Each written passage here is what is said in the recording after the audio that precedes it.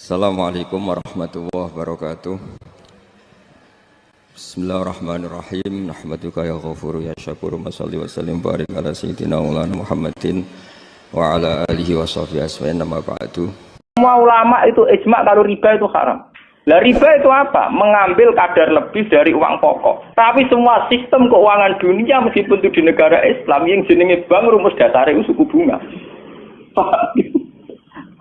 Lah makanya kayak sama tak ceritani. Hukum bank mulai NU lahir 26 sampai NU wis tuwek saiki 2000 pinten?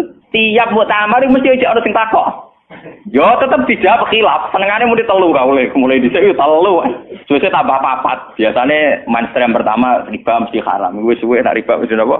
Haram. Lah nek takok, lah bank itu termasuk riba apa ndak? Urung mesti haram. Pokoke munine riba itu haram. Kula ceritani nggih. Karena kiai-kiai yang meyakini riba haram itu betul. Kalau riba haram itu betul. Tapi kalau yang meyakini bank itu riba itu tidak mesti benar. Bank loh. Karena begini. Dulu ekstrim-ekstrimnya kiai tenggene Indonesia termasuk Kiai Rehan Kudus. Termasuk guru-guru saya ekstrim. Ini kemauan sempat fatwa khusus bank negara itu boleh. Masih bilang gitu. Lihat di keputusan-keputusan gitu. Yang masih punya ruang boleh bank apa? Bank negara. Alasannya dalam sistem moneter modern tidak bisa menghindari yang namanya bank.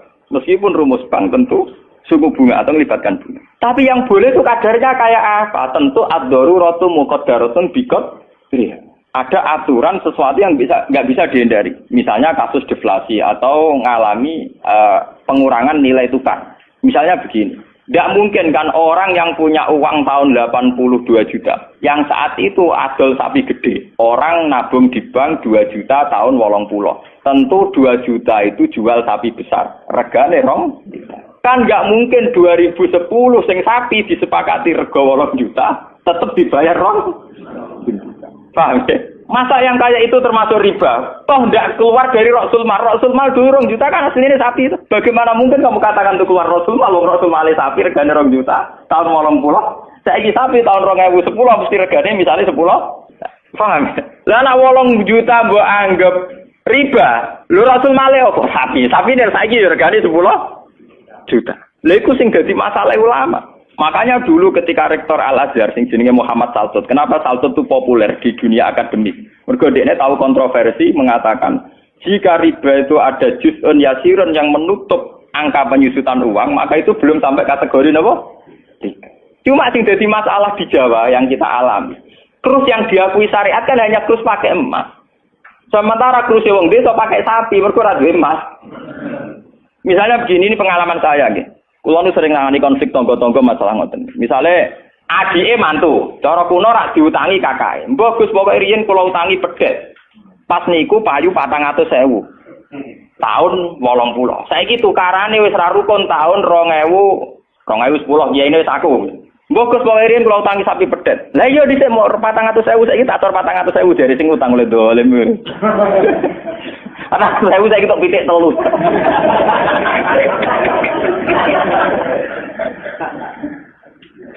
Aku lo jadi kiai ini gampang kalau jawab ngeten mawon. Nak di sahur 400.000 jelas mari geger. Itu kok ada pedet mawon. Wong riyen utange napa? Pedet. Sampai itu goblok. Terus orang nganggo emas nganggo pedet, ngene pedet ya saya tuku pedet. Engko aku ngukumi wajib nganggo krus pedet wis rupa dhuwit mesti geger. Wah, di sini kau pedet itu sahur apa? Sekarang tetangga saya itu banyak yang haji. Itu gara-gara krusnya sapi. Dulu mbah saya itu namanya Mbah Sidik. Itu haji ku entek sapi 16. Sekarang itu wong-wong darani haji ku murah. Dulu keluarga saya haji kula menangi dek cilik, keluarga kula haji mau bayar 7 juta. Menangi malih haji 14 juta. Pas bapak kula haji 2003 niku 23 napa? Juta. Tapi wong desa muni darane haji saiki sepakat murah. Mergo nak ngangkrus nganggo sapi. Mergo dhisik sapi entek sapi 16. Saiki 30 juta lah entek sapi 4. Dadi wong desa nak darane haji saiki luwih murah timbang dhisik. Artinya apa? Rupiah yang melonjak itu tidak ada pengaruhnya dalam kursi wong desa. Mergo dhisik 7 juta entek sapi 6, saiki 30 juta entek sapi 4.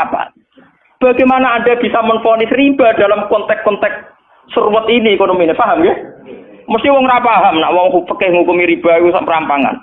Ya mau mikir maksudnya ora paham. Paham ya? Kulo ki nate dibantah mbek Kiai. Lah nek ngoten nak jenenge riba. Sama nak diutang aku malah saya kira iso nyaur, mesti riba. Wong diutang, Pak. Wong diutang, saiki iso nyaur mesti kudu riba. Nek ana riba ra iso nyaur. Lah contone piye, Gus? Nah, misale sampean diutang aku 10 tik. Saiki golek duit 10 kangelan tik wis sahur 100 rupiah riba lho kok mending. Iya toh, misalnya orang dulu punya pecahan 10 rupiah. Diutang 10 rupiah. Saiki ruhin nyaure piye? Golek pecahan terkecil saiki 100 nyusui ra iso lho. Wong pecahane 80 ya ora ono. Apa riba itu misalnya? Paham ya? Kalau riba itu persis nilai intrinsik, nilai nominal uang, tentu masalah. Tentu napa? Berarti uang diutang 10 sen atau 10 rupiah kudu disaur 10. Golekine ning ndi? Paham ya? Nah ora susah barang riba lu nyusui duit 100 rupiah, golek 10 rupiah 80 nggih. Piye carane? Malah dadi ulama gelem mikir. Paham? Nah yang kayak begini ini masalahnya itu repot. Kalau sudah menyangkut stabilitas, entah itu politik, entah ekonomi, pasti itu repot. Kasus-kasus ini kasus Bank Senturi, kasus masalah intelijen itu kalau pertimbangannya stabilitas politik ada intelijen, stabilitas ekonomi ada permainan bank, kudu ono LPS, buah ono KKS, gampang ono bulat. Podo untuk stabilitas kiai yang ono antar kiai rapati ngalim kudu dilindungi, ku ono ya kiai. Ya karena semua itu demi stabilitas. Saya aku ditapai wong, cara jenengan Kiai Mustofa nis putih sak jawab ya wong apik. Tapi kok nate ngeten-ngeten ya wong ya tahu salah tapi tetep wong apik. Itu demi stabilitas. Kalau mau tidak percaya pada kiai tinggi juga repot agama iki, paham? Paham? Orang mau bangko yang kalau enggak ada mosi percaya ono ras. Podo kalau dukungan masyarakat ke kiai rendah kita ya repot ngurus agama gini apa? Nang takoki kiai sapa iki cara jenengan putih apik ya mending. Tapi kok ngene-ngene Gus ya tetep apik di bangku ya bener. Aku lah sering disewani tiang-tiang ngono kiai terkenal apa si A tokoh-tokoh desa mbok terkenal apa ngono jenenge fitnah yo macam-macam mbok fitnah mbok tenan apa napa alam. Ono kiai kok kelakuane ngene terus piye ben apa to. Sing diarani kiai kok apa? Kiai ku wong sing mimpin salat. Angger pancen salat itu pas kiai, lah di luar iku kowe ra ngekno ora apa-apa. Sesuai kiai ini kadang-kadang soal aku. Walah Gus kula difitnah ngeten. Oh yo goblok. Kiai kok di luar urusan salat. Nek penting ku angger salat ke rukuk makmum rukuk kabeh. Pas ke sujud kabeh ku jenenge kowe pas kiai. Paham nggih? Di luar iku 50-50. Wong aku sing ngalime perasaanku ngono kok kowe kok repot. Aku ora wis kiai ngalim, perasaanku dadi kiai pedak mulang amne. Ora mulang wis rapati napa? Iya. Lho hak kontak kok tangga-tangga kula nganti sakniki biasa teng pasar lungguh teng parkiran iki lungguh teng isor iki biasa. Ya tiang-tiang lunggone sepeda motor dhuwur kadang ya wonten sing ngamuk. Wis ono Gus Bak, aku bilang, aku nyayu pedak mulang. Kenapa ngene iki ora pas sing apa? Cuma tetep wong saleh, nek tak omong ya. Aku tetep wong saleh. Lalu kula ulama paling ora tau tersinggung. Mboten ate kula tersinggung, sale rukun tak kontan nurut mboten tersinggung. Dia biasa mah. Ra nurut itu artinya jadi akal. Jadi pertimbangan. Ya apik jadi akal lah. Kudune seneng mbek santri jadi duwe akal. Kadang kita ini berlebihan, ngongkon wong liya juga taat di luar konteks urusan agama. Kadang kita nyuruh orang itu kan hadzun nafsi. Misalnya aku jadi kiai di rumah mewah, tentu kepengen ono pot sing indah, ono bunga sing indah. Ngongkon santri wajib nurut. Itu kan aku nafsu. Saat aku kepengen di bunga yang indah, di taman indah kan nafsu. Kenapa instruksinya pakai lembaga kekiainan? Paham ya? Oh, itu kan kriminal, apa? Paham ya? Kecuali misalnya Rohen ngaji ngantuk, anggap kriminal bener dalam konteks agama kok itu kriminal. Paham ya? Tapi nak Rohen tak konoto tamanku dia ngantuk itu sah, karena saya sendiri ketika kepengen taman itu ana hadzun nafsi. Itu harus dibedakan. Lane kanca tanggaku sing kiai lha ya kowe kiai sakjane bedak salat ae. Iki kowe pas kiai. Tapi kaya nak rukuk jek anut rukuk gitu sih, apik. Tangga-tanggane wong salat itu apik prei gara-gara kecewa apa? Ya tak omongi masyarakat ya tak omong. Nak ben prei yo prei wae. Dari awal salat itu ku sunat. Ora usah maksa salat itu tambah gremeng dari awal salat itu apa? Kena arep percaya tak baduri ra salat itu. Mau aku nganti saya biasa ra salat itu. Gua biasa dengan di sana salat iki toko-toko biasa. Ya iki biasa mawon dulu. Ya tapi kan harus keramat ya wong barang. Ya biasa wong gitu. Artinya bukan apa-apa ya. Mbok ya agama itu tidak usah dikere. Kon sunat ben tetep napa? Sunat. Terus kok ada dua ora atau salat subuh nek salat. Wong abang-abang ada keragat. Ora tahu subuh tak salah wong. Penak. Subuh wajib ora tahu pas napa? Paham. Maka dan itu yang dipakai ulama-ulama dulu kayak Khulafaur Rasyidin pakai itu. Kalau perintahnya itu pribadi, mereka dari awal tidak mewajibkan. Sehingga mereka tidak punya masalah yang serius. Kalau baru atas nama agama benar-benar wajib toh.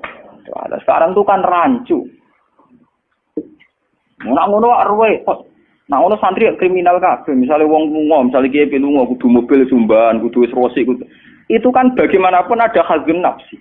Ya kita ngongkon santri ya ngongkon, ben cung mobil ubah resi. Tapi kita tahu kalau itu pada unsur khazun nafsi. Nak rodok ngantuk sithik-sithik mbek anggap yo keben. Paham nggih? Kecuali kita ngongkon salat, kok ambek anggap kita marahi yang sowan pangeran jangan. Harus kita bedakan mana perintah kita yang masih berbau nafsu, yang mana benar-benar orisinil faktor agama. Faktor apa? Agama. Dan itu yang dipraktikkan Rasulullah. In udhiya ya'fu wa la yu'aqib wa in khusima yasmut wa la yujah. Nabi kalau disakiti secara pribadi mudah dia memaafkan. Beliau mudah memaafkan. Tapi wa idza du'a haqqullah, kalau haqqullah yang sudah diterlantarkan itu beliau baru tersinggung. Nah, sekarang kan sudah campur aduk. Hadun nafsi juga lembaga-lembaga apa? Maka Pak Kandani kudu nurut. Partaiku. Ya PKB atau P3. Kalau PDIP mbah. Jangan dia kok PDIP, Gus. Kalau PNS tok perjuangan. Lalu mulai dia kata ini partai apa bagus? Kalau PDIP tapi PNS tok. Napa Gus ya perjuangan. Jadi wong urip kudu napa? Perjuangan. Nek mleset PDIP golongan karya. Wong alim kudu sering berkarya. Mohon kula terusaken nggih. Ya niki sing termasuk antike dawuh Senawi Banten. Wa idon anna a'malal umara wa sa'atin mauqufatun ala fatawal ulama. Nggih sing sederenge ayat. Harusnya kebijakan-kebijakan penguasa atau raja itu mauqufatun ala fatawal ulama, ala fatawid ulama, fatwa-fatwi. Raja atau penguasa itu kalau punya keputusan itu harus ikut pada garisnya ulama. Nah, kalau bolak-balik matur. Sekarang yang merupakan garis ulama dalam konteks bernegara itu apa? Ini kalau ngomong sensitif ya. Yang kaitannya ulama dengan negara dalam konteks negara yang kayak Bhinneka Tunggal Ika itu apa? Itu pancen repot. Misalnya begini. Kita punya Ambon, punya Maluku, kita punya NTT. Ketika dipaksakan dulu piagam Jakarta yang memaksakan syariat Islam, tentu mereka akan menantang keluar dari Indonesia, NTT dan apa? Ambon, Irian Jaya misalnya. Yang kayak begitu itu tidak fatwanya ulama, itu sudah masalah bernegara. Nah, kalau nanti tanggal kiai cara jenengan sebut ikus. Misalnya Indonesia memaksakan penerapan syariat Islam. Syariat Islam yang mana? Kalau syariat Islam formal mungkin kita akan mengatakan sebaiknya diterapkan syariat Islam. Tapi termasuk syariat Islam adalah menjaga peluang dakwah. Ini catat. Dan saya siap ketemu Allah dengan pendapat ini. Bukan berarti saya terus pluralisme atau pakai teori-teori modern. Tidak. Saya pakai teori ulama. Saya tidak pakai teori modern. Catat ini. Saya tidak pakai teori modern. Pakai teorinya ulama. Termasuk syariat adalah menjaga peluang dakwah. Bayangkan kalau dipaksakan syariat Islam kemudian NTT keluar dari Indonesia Ambon. Kemungkinan kita dakwah di Ambon malah tidak ada. Juga kemungkinan Islamisasi di NTT malah tidak ada karena sudah keluar dari Indonesia. Paham ya? Mulai dulu wali songo ambek maling ya apik. Ambek tukang zina ya apik. Ambek tukang gaduh ya apik. Itu bukan berarti mereka tidak bisa bedakan hak dan batil. Dengan diapii masih ada peluang komunikasi. Dan dengan ada peluang komunikasi ada peluang dakwah, ada peluang pembenahan. Sama. Dengan utuhnya NKRI NTT bagian dari Indonesia, iso Kiai Rapai kok rugen buak rono NTT. Ben dadi ya. Lho kanca kula ning pondok dhisik ra kanggo ini ran jaya kiai provinsi lah. Wingi sowan kula ngajak pangdam berarti. Ya Allah Gus kula munggo ning sarang Kiai RT ora payu nang kono kiai provinsi. Lha wingi sowan kula niku sowan numpak sahabat bareng sinten? Pangdam. Saniki mun gawe yayasan nggih sekolah tinggi lah. Jadi rektor saya gitu. Wadah buta huruf ora roh. Wong sak urip-uripe ngaji mbek kula roh tenan bodorane roh tenan. Saiki bakatane mbek napa? Pangdam. Mergo ketika ada kerusuhan di sana, mesti tokoh agama diundang Pangdam. Dan ini termasuk mewakili tokoh provinsi levelnya napa?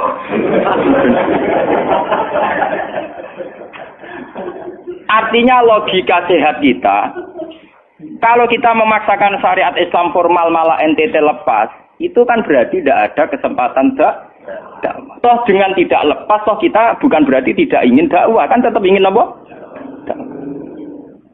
Mane bojo ngecewakno lae aja pegat. Nek ora mbok pegat ana kesempatan dandani nek kena wong ra iso.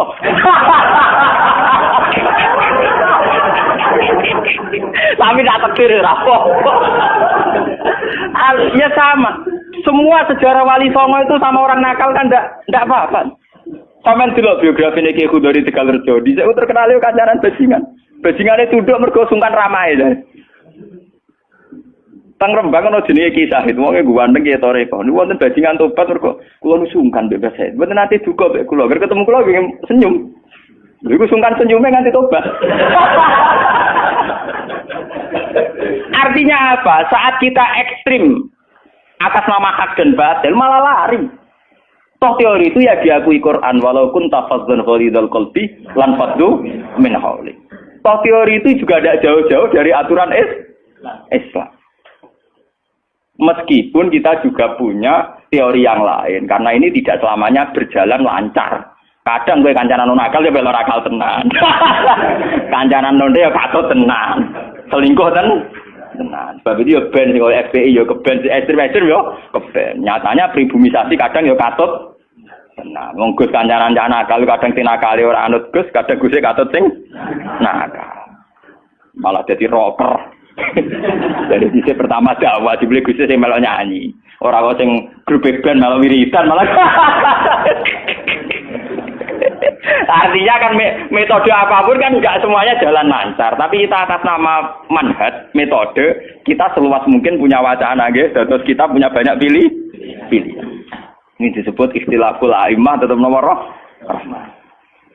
Makanya yang kamu maksud dengan syariat Islam itu apa? Kalau sering bilang yaitu misalnya ditetapkan undang-undang gini. Setiap syariat Islam, kenapa kita ngemis ke negara? Nunggu diundangkan. Kapan kita mandiri sebagai ulama kalau setiap syariat Islam nunggu diundang?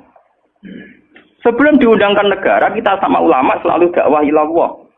Misalnya sebelum ada badan narkoba, saurip-uripe kiai mesti anti narkoba. Sebelum ada undang-undang misalnya tentang kawin, perkawinan, saurip-uripe kiai nak kawin mesti goleki wali. Nak ana tanggane kawin digoleki syahid, goleki napa? Wali. Kenapa setiap syariat Islam kita ngemis ke negara? Dulu ketika pembubaran Ahmadiyah juga kita ngemis ke negara. Tanpa itu pun kita sebagai ulama tetap anti napa? Ahmadiyah. Lah nek saiki misalnya tokoh Ahmadiyah kalau menarik di bangku kowe, lah saiki kowe lomonti mbek kiai kono. Kowe kali-kali nyalahno awake dhewe barang.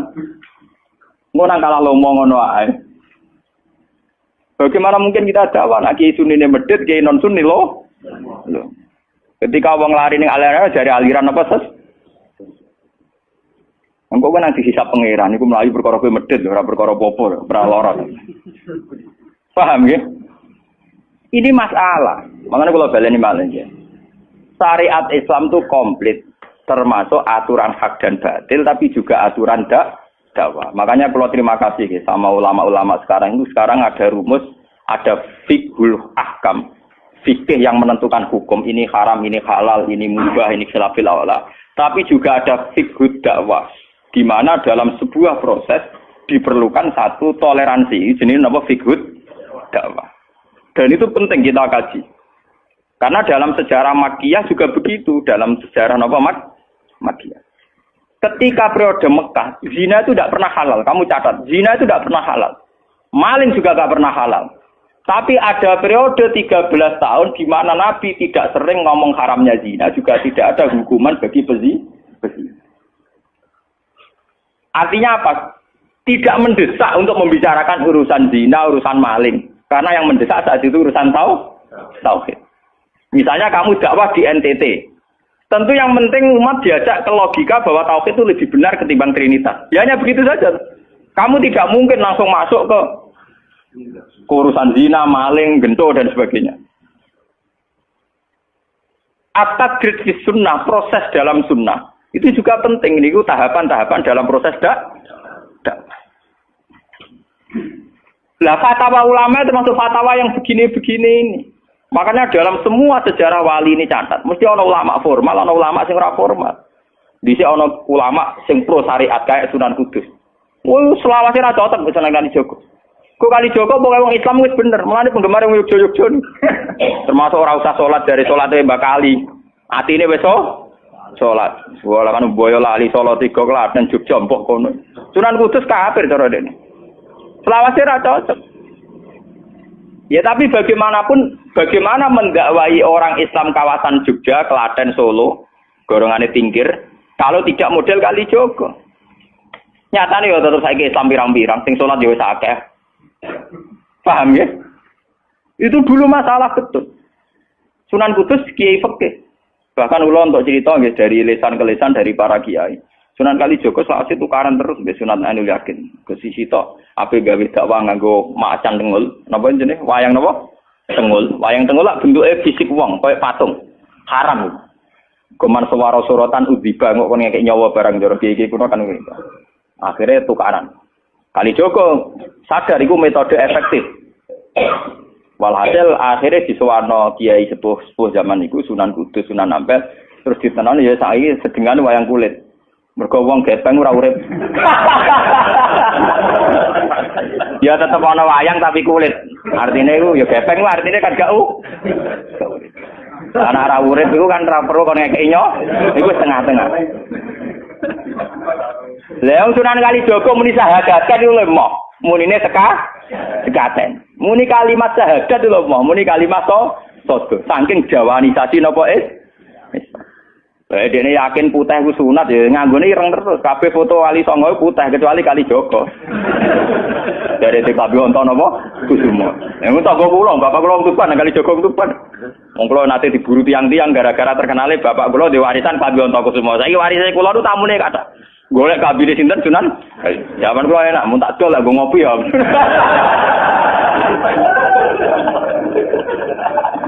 Mau Gus. Barang apik tiba didol go ngopi.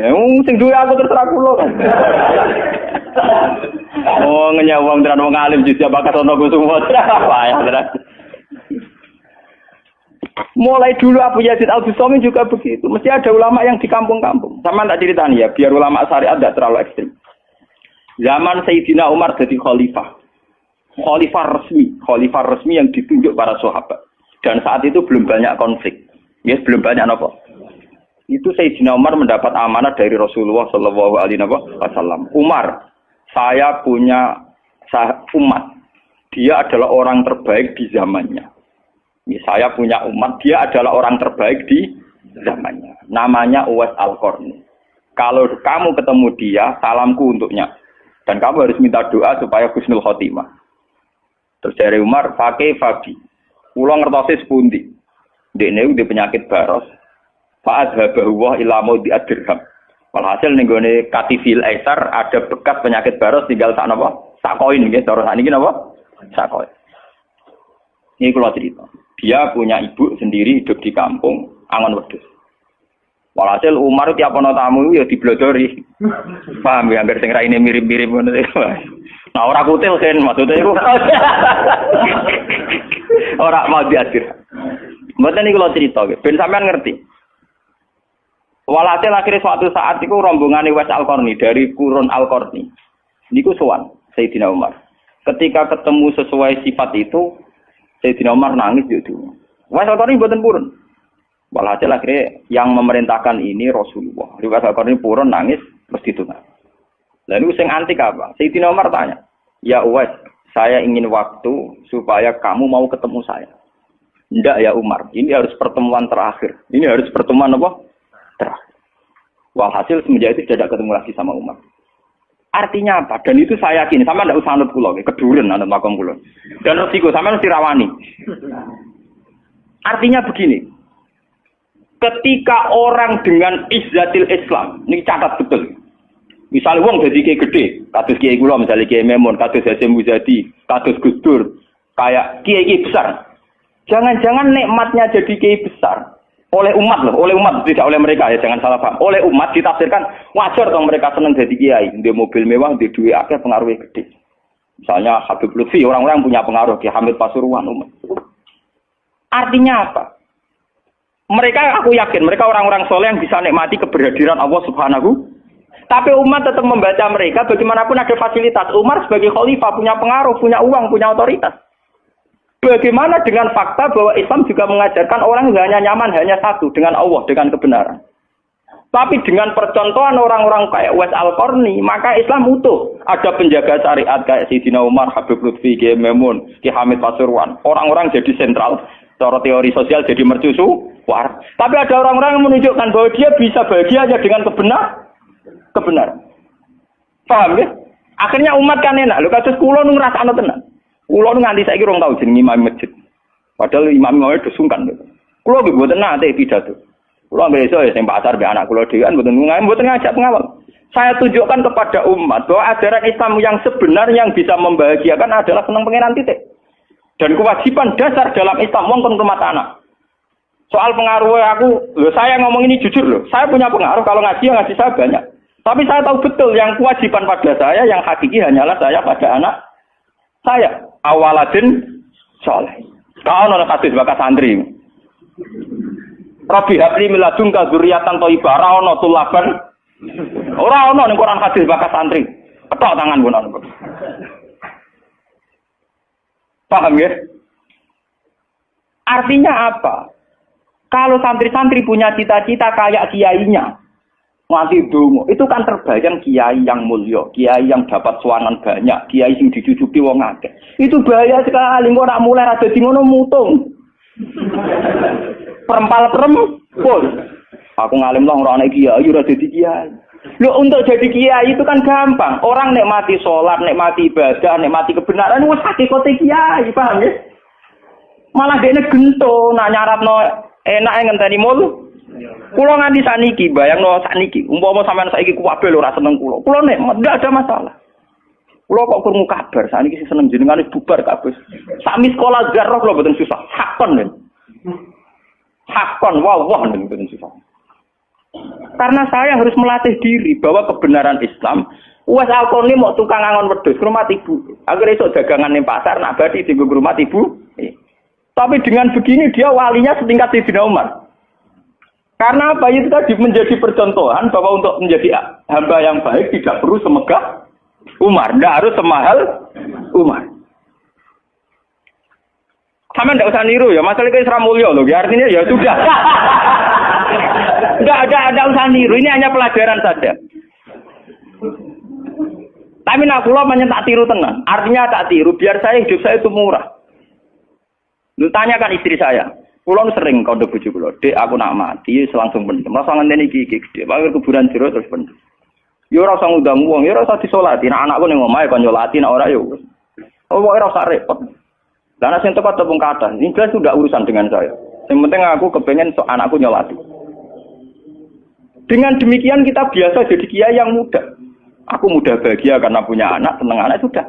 Coba kalau saya menargetkan bahagia ngenteni umat yang banyak, ngenteni loyale ra genti ning kiai liya, partene ora genti partai tokoh liya. Lara ati, paham ya? Wes lara ati ra bener cara penge. Begitu juga era Abu Yazid Al-Bustami, dia juga punya teman wali sing tukang ngancani preman-preman. Nanti kalau critakno jenengan. Jadi Abu Yazid Al-Bustami saking ainul yakin nang bus warga takok pangeran Gusti, kalau saya di surga temannya siapa? Jadi ora takok mlebu ta ora, tapi kalau saya di surga itu temannya siapa? Kalau dia ini yakin kelasnya itu tidak ada yang bandingi. Jadi dia ini dua kelas yang ora ono sing banding. Sampai pangeran walhasil dijawab si A misalnya. Ya Ruken misalnya. Ruken iku atokan cekak gawe piring Jepang iso ora tau ketunan. Ya preman sithik-sithik nyeraine cek preman terus walhasil terus barang dipethuki pas ning warung wong minum-minuman.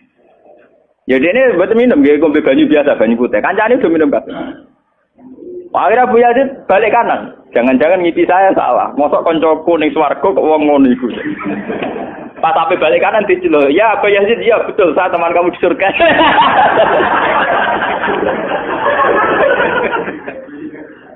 Akhirnya tak kok ya. Saya iku walim kelas atas, kok kelakuan nemu.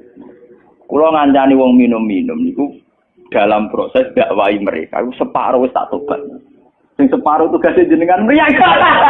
Aku ya itu mriyang wali resmi kon tobatno wong mereka. Jadi gampangane umat Gus Mek tekan mimpin Hasim Muzadi. Paham ya? Abu Yazid terus ngetokno wali ini. Iya. Umatem kon delok ra iku. Nak ora tobat aja undang Abu Yazid atus. Delalang. Hei umatku, itu seorang wali Abu Yazid. Lihatlah wajahnya. Langsung tobat kabeh. Ngana alamat kiai nek tau nobatno wong. Ana kiai kok ora tau nobatno wong, ora ana wong sing tobat krana wajahe ta suarane ora pati kiai. Paham nggih? Ora pati napa? Iya. Tugas kiai nobatno wong ora ana sing tobat malah pelayon. Iku ora pati napa? Iya. Contoh lagi bahwa orang soleh itu tidak harus berkecimpung mimpin itu cerita terbesar adalah Nabi Musa dan Nabi Khidir. Nabi Musa itu dengan segala reputasi, revolusi ngalahkan Fir'aun, menyelamatkan Bani Israel dari cengkeraman Fir'aun. Tapi ketika Nabi Musa merasa orang terbaik, saat dia khutbah ditanya siapa orang terbaik, ya Musa saya. Sama Allah diingatkan sama Nabi Khidir. Itu hanya orang sendiri di tengah laut. Artinya apa? Untuk orang menjadi soleh harus punya pengaruh kan? Nabi Khidir dewean. Tapi saiki wong kejangkitan penyakit. Kiai sukses wis mempengaruhi akeh, jamaah akeh, nak wiridan akeh, istighosahan. Lan kula nu tak latih tenan. Kula nggo gak ditegir ngalim mboten purun, mulang ngeten-ngeten. Saking nak sing mulang ra kula ketoke malah keliru. Kaya misale sing Jadi itu saja masalah itu. Ya misalnya sing motor rugi rujuk era karu-karuan. Tapi saya tetap menjaga energi ala Uwais Al-Qarni hingga detik ini saya jaga. Biar saya mudah ikhlas. Islam itu gampang. Dengan kita tidak mentargetkan pengaruh, maka mudah syukur. Kulo nu ngrasakno tenan. Wong kulo anggere teng mriki nggih ubal ngebis, didoseki wong kaya wong awam kadang dipisoi tiyang. Cara-carane enak tenan. Artine nggih nyaman tenan. Kadang dipisoi wong, kadang macam-macam cara-carane. Nah, kulo teng pasar biasa dipisoi wong nggih biasa. Ya kadang ngertos, sesuai ngerti, nah iku putrane bapak. Wong iki sepuro iki kula biasa. Wong kula boten biasa, boten apa-apa. Nggih biasa. Wong kula nate teng saran termasuk kiai. Wong nate ngebis mau dipukuli tiyang mergo ngrasa luwih kiai dibanding. Anak kula teng pondok sarang ngalim ngeten-ngeten. Padahal kula niku gurune batin. Wah, maten. Wah. Saking awam kula, maksudnya karena saya dipilih ngajak anak kula ya nggo dadan sitok ngono. Guyon mbek anak kula wis wong awam cekek. Situ bukan apa-apa, bukan saya apa-apa. Untuk menjaga bahwa khazanah Islam itu ada tokoh formal kayak Sayyidina Umar, Nabi Musa, kayak Kiai Maimun, Habib Lutfi, ya siapa? Kalau di sini mungkin ngatus Kiai Nawawi, banyak Kiai. Enggak apa-apa, itu harus kita jaga, kita hormati. Terus Mbak Nawawi, Mbak Munawir, Mbak Arwani kita hormati. Tapi jangan lupa Kiai Humul ini juga menjaga stabilitas agama.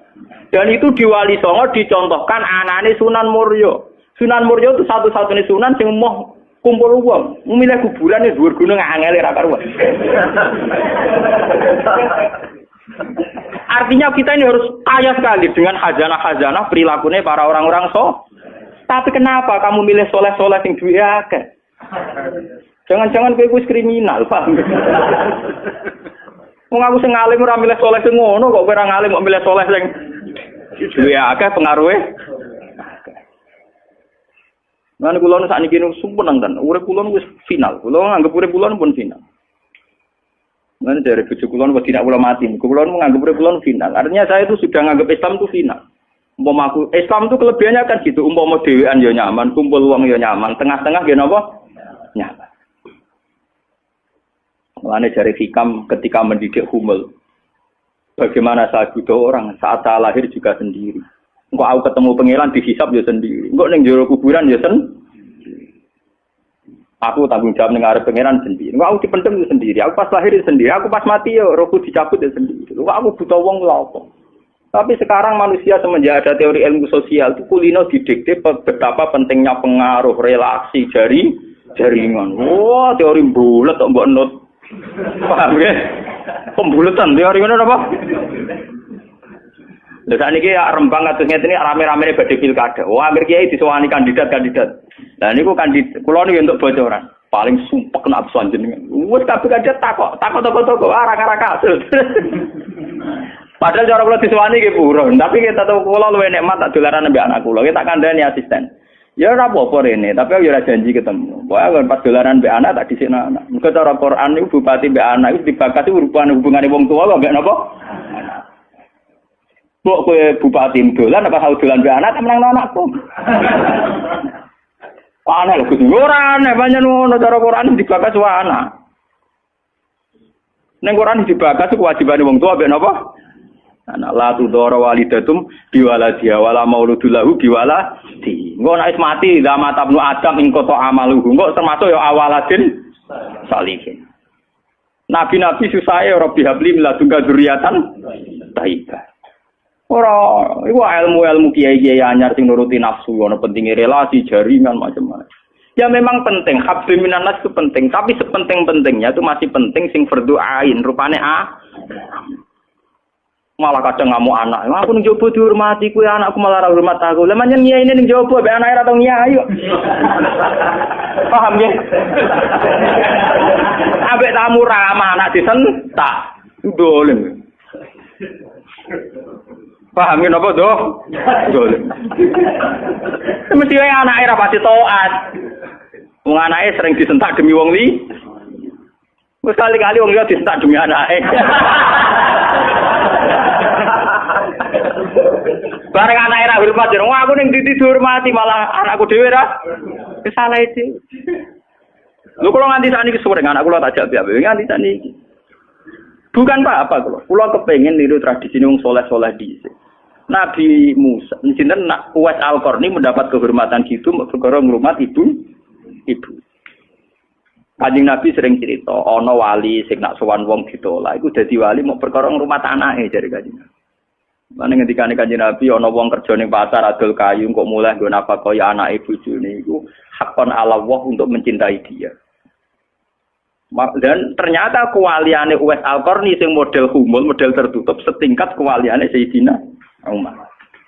Nabi Khidir sing tanpa pengaruh muamen wiridan ning pinggir laut dianggap setara mbek Nabi Musa sing tahu revolusi, tahu duwe prestasi ngusir Firaun, nenggelamno nyatane derajate dipadakno Nabi. Artinya begini loh, jangan-jangan kita mengidolakan ulama besar itu bukan karena keulamaannya, alimnya ndak, tapi karena kebesaran. Buktinya saat kita mulai orang jadi kiai mutung. Padahal untuk jadi kiai itu gampang. Kowe nek salat subuh, ora selingkuh, ora domino, ora togel iku ya kiai. Sing darani kiai sapa? Sing darani wali. Ala inna auliya Allahi la khaufun 'alaihim wa lahum yahzanun. Ya mu alladzina amanu wa kanu yattaqun. Ora ana tarife wali kiai. Alladzina lahum tulab sing duwe santri. Alladzina lahum thalabah sing duwe murid ora. Mulane kula durunge nyai ning sampean wis kiai. Mulane mulai sakniki anggere sampean wis salat subuh ya 2 rakaat. Zuhur ya 4 rakaat. Pokoke sing wis kaya ijma' ulama, sampean kudu yakin nek wis kiai. Anggap ae kaya Uwais Al-Qarni mbek Nabi utawa kancane sinten Abu Yazid Al-Bustami. Ini penting kula aturaken karena tren sekarang mengukur kiai sukses dia itu dipengaruh. Itu keliru besar. Tidak ada itu dalam tradisi ulama wali. Sama tak cerita nih. Zaman Kiai Hamid Pasuruan terkenal wali, Kulo tahu banyak tentang beliau karena gurunya bapak saya, sepupunya mbah saya. Mbah saya itu punya bapak namanya Mbak Idris. Itu adiknya Mbak Abdullah, abahnya Pak Hamid Pasuruan. Jadi saya tahu banyak cerita beliau. Beliau kan orang Lasem, masih misanan kalian Mbah. Niku nggih hormat sama wali-wali humul. Zaman itu beliau masih hormat jenenge Gus Ud Sidoarjo. Juga hormat jenenge Mbah Muhammadun Pondoan Padi. Artinya wali-wali populer sebetulnya yang hormat sekali sama wali-wali humul sih nggak terkenal. Tapi kita kan mesti milih yang terkenal saja. Paham ya? Padahal wali-wali yang terkenal itu hormatnya bukan main sama wali-wali yang Sinten sing aran I'anatul Thalibin Sayyid Zaini Dahlan. Niku gurune sing aran sinten Gurune sing aran ya Anatul Talibin. Anatul Talibin dikarang Sayyid Abi Bakar sinten Syato. Niku muridé Sayyid Zaini Tahlan. Nggih, muridé sinten? Sayyid Zaini. Iku dhe kanca wali ning pasar Babul Kerabu. Iku angger Jumat ditiliki. Ya guyon. Suwe-suwe santrine gak trimo. Santri kaya Mustofa ora gak trimo. Wong alime ngono kok dijak guyon mbek bakul napa? Moga Jumat ditiliki. Sayyid Zaini sing rono. Dhewe takok. Wong ngoten jangan tidak itu. Iku kancaku wae. Wong sing ilmu banding aku ya wong iku. Mikir murid. Lah iku Jumat berikutnya ditiliki meneh wis ra ono. Mbok sempat misoi Said Zaini. Kowe nyianati aku. Harusnya tur ketika ada wong iki. Imam Syafi'i nggih. Imam Syafi'i itu orang alim kaliber. Dia itu kalau ijtihad hukum kok belum dikomunikasikan dengan Saiban Ar-Ra'i itu belum mantap. Imam Syafi'i itu mujtahid hukum, tapi kalau dia ragu, itu ngenteni kancane jenis Saiban Ar-Ra'i itu kang angon wedhus ning desa. Woi nek dikomunikasekno niku mantep. Dan itu mungkin setiap zaman mesti mungkin. Lah kula nu ngalami. Kula kan sering teng pasar. Ana mobil lah mau wandep. Ya hormati kula nggih biasa pakai hukum. Lah cara wong sira ro nek kula numpak dokar, cara ora ro kan wong numpak dokar dihormati wong numpak mobil. Lah perasaane numpak mobil kan ngakoni kula wong alim. Kula nu nate badhe teng Pertelon iki kisah nyata. Nggih teng Pertelon badhe bubal ngenteni mobil. Ya ana sing roh nak kula, Gus ana sing ra roh walhasil. Wonten mobil kiai gede mandek wonten kula. Mboten sareng kula, Gus. Ya wong jangkat. Itu mungkin dan itu menjaga peradaban sehingga yang besar tidak angkuh mergo ana kiai-kiai sing humul. Cuma kula niku humule ra pati sukses. Mari sing muncul-muncul niku mari ra jelas sing bareng. Itu bagus itu untuk menjaga energi syukur biar orang itu syukur jadi kiai tidak gantung pengaruhnya banyak, nggak gantung punya santri banyak, tapi nyaman jadi kiai karena ngugemi kebenaran, meyakini apa? Kebenaran. Dan itu penting kalau aturaken. Lalu kula nganti sakniki kepengin ngoten. Cuma ora sukses. Artinya kayak kula nanti ditetir tebih murid. Jadi pengaruh dulu Mas kula mbek tamu ya rapati hormat. Kula mbek wong nggih rada angel petuane. Tapi untuk takdir, kata kula itu takdir. Sebenarnya itu tidak pilihan saya, artinya tidak pilihan. Tapi ini perlu kula aturaken biar khazanah-khazanah Islam sing teng NTT teng Ambon itu masih. Kula nate diceritani Kiai Memun. Zaman Khalifah Harun Ar-Rasyid, niku setiap begundal dibuat teng fak-fak, teng Irian apa? Jaya. Sama seperti Inggris, orang-orang nakal dibuat teng Australia.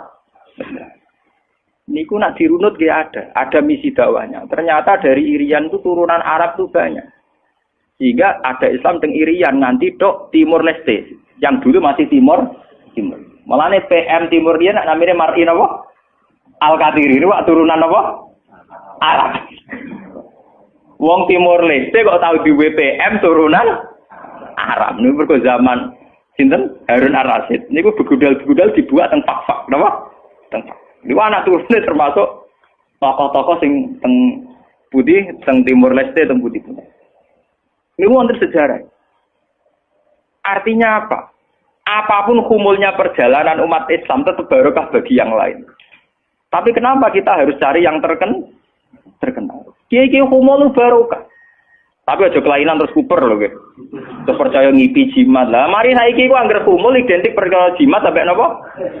Kere. Kumul perkara ning gunung budak ngenteni apa. Nah iku sing repot iku ora kumul klenek jeneng. Nak kumul nek mati Allah ora kok nek mati ngenteni keris ceblok, paham nggih? Kumul kok perkara ngenteni napa? Keris. Lah niku artinya begini nggih kula matur kula bolan baleni. Zaman Ki Hamid Pasuruan niku wonten jenenge Gus Ud Sidoarjo. Zaman Ki Bisri terkenal ngalim. Niku sering diskusi hukum ambek jenenge nak boten lepat niku subhanallah. Mbok kiai tangga kiai mabrur. Ngalim-ngalim wong Rembang kota namine sinten? Kiai mabrur. Zaman Mbah Zubair terkenal, Mbah Zubair Abeba. Niku nggih sering diskusi kalian Mbah kula. Di Mbah kula nggih muridé Pak Mahfud Aturmusi. Bahkan dulu ketika naskah Mbah Mahfud Aturmusi hilang itu dulu dicari di Lasem. Di kiai yang saat itu belum terkenal karena masih Gus. Ya niku jenenge Mbah Mansur. Niku murid Mbah Mansur bin Khalil. Lah Mbah Khalil itu santri sing katibnya Mbah Mahfud napa Aturmusi. Jadi banyak sejarah-sejarah di mana kiai-kiai top harus berburu sama kiai-kiai humul nggih, kiai-kiai napa? Kiai-kiai humul. Nah saat ini sing dadi repot kan sing kiai top nyepelekno kiai humul, sing humul perkara keris mbek akil. Iku padha masalah ini. Padahal andekan seperti cerita-cerita dulu Imam Syafi'i cari Saiban Ar-Ra'i, Sayyidina Umar cari Uwais Al-Qarn. Itu akan stabil Islam. Artinya stabil begini loh. Orang merasa Islam itu nyaman bukan karena derajat-derajat duniawi. Selama ini kita akan begitu. Wajar kiai ayem. Umatnya di mobil, di duit. Artinya umat itu belum bisa menafsirkan nak kiai ayem karena tingkat kecintaannya pada kebenaran itu termasuk pula. Paham ya? Tapi dengan ada kiai yang tidak terkenal, dia rapati di duit, kok tetap nyaman. Berarti kan bukti tingkat kenyamanannya dia faktor kebenaran. Dan dua kubu ini harus ada terus, paham ya? Untuk menjaga kestabilan Islam. Dan dalam semua sejarah itu ada. Kulo punya datanya. Lu Abu Hanifah terkenal lu nembil gara-gara murid-muridnya. Abu Hanifah terkenal rumah samu koyo Imam Syafi'i boten. Dekne iku tukang kain ning pasar. Ku bedino ya dul kain. Adene wong alim, angger wong rono jebule ra pe tuku kain, perkara takok hukum. Angger wong debat ra perkara nyang-nyangan, bantah-bantahan ambek sing takok. Terus saya terkenal wong alim diadol kain. Akhirnya populer. Dadi dekne terkenal keulamaan iku kok toko kain. Akhirnya diabadekno saiki asline bakal kain ngoten mau. Ya ana ulama terkenal liwat jalur toko napa? Sesuk tokone bangkrut mergo grong-grono takok hukum. Niku sinten? Abu Hanifah. Saniki mboten rapati ngalim ngetokno kiyaine. Kula niku bertahun-tahun di kanca sing ora kula ngalim nggih kathah. Saniki yo getun mergo anak kula wong ngalim. Lah kaya kula wis repot kadung ngonangan niku repot. Muga-muga kaya roken humul. Mun kula terusaken nggih. Dadi wau nggih dadi fatwa ulama yang tidak ijma itu tidak harus diikuti. Wal ulama fil haqiqah umarul fa ulul amri. Jangan sampai ketika takbir Allahu Akbar itu hanya kepanjangan karena nanti jadi istifham. Napa? Misalnya Allahu Akbar kan jelas itu kalam khobar, kamu berikrar. Ya Pak kula teng mriki mulang ya kalau tajwid itu kan urusan talaki sama iso ngaji ini guru-guru tajwid secara talaki karena tajwid itu enggak bisa diajarkan seperti ini harus apa? Talaki. Tapi saya pastikan secara makna itu asal usulnya itu ya karena makna. Bukan karena tajwid, asal usulnya karena makna. Ketika seorang mukmin, seorang yang sholat itu bilang Allahu Akbar itu kan ikrar dengan kalam khobar bahwa Allah itu Maha Besar. Ya sudah harus hamzahnya satu yaitu milik Allah. Ini bawa panjang. Jadi istifham kan? Jadi apa? Allahu Akbar. Apakah Allah itu Maha Besar? Ya itu kan ya setengah kafir. Tapi kafir wong goblok kan yo. Ya alhamdulillah kok sing makmume ya alhamdulillah ra paham wis. Pira-pira gelem ngimami. Ya tahqiqul hamzah, tahqiqul hamzah duri qiraah oleh seorang. Kalau qiraah kan saduri qiraah oleh seorang marane iku qiraatin lan qiraah. Nggih kula terangno nggih dari segi napa masalah tajwid kan jelas talaki. Nggih tahqiqul hamzah, tahqiqul hamzah itu kan kita punya guru kebetulan di bab-bab tertentu kita tahqiq. Hampir rata-rata kita ini bacanya tahqiqul apa? Hamzah. Hanya ada beberapa yang pilihan kita itu idgham. Juga ada beberapa yang pilihan kita itu tasil. Sing tasil si masyhur napa ajamiyu wa arabi kita baca napa ajamiyu wa arabi. Kemudian ada yang kita idghamkan. Misalnya dua hamzah yang satu istifham yang satu bawaan al. Kados Fir'aun ketika iman dawe malaikat Jibril al ana waqat asaita. Dari kata apa? Al ana napa?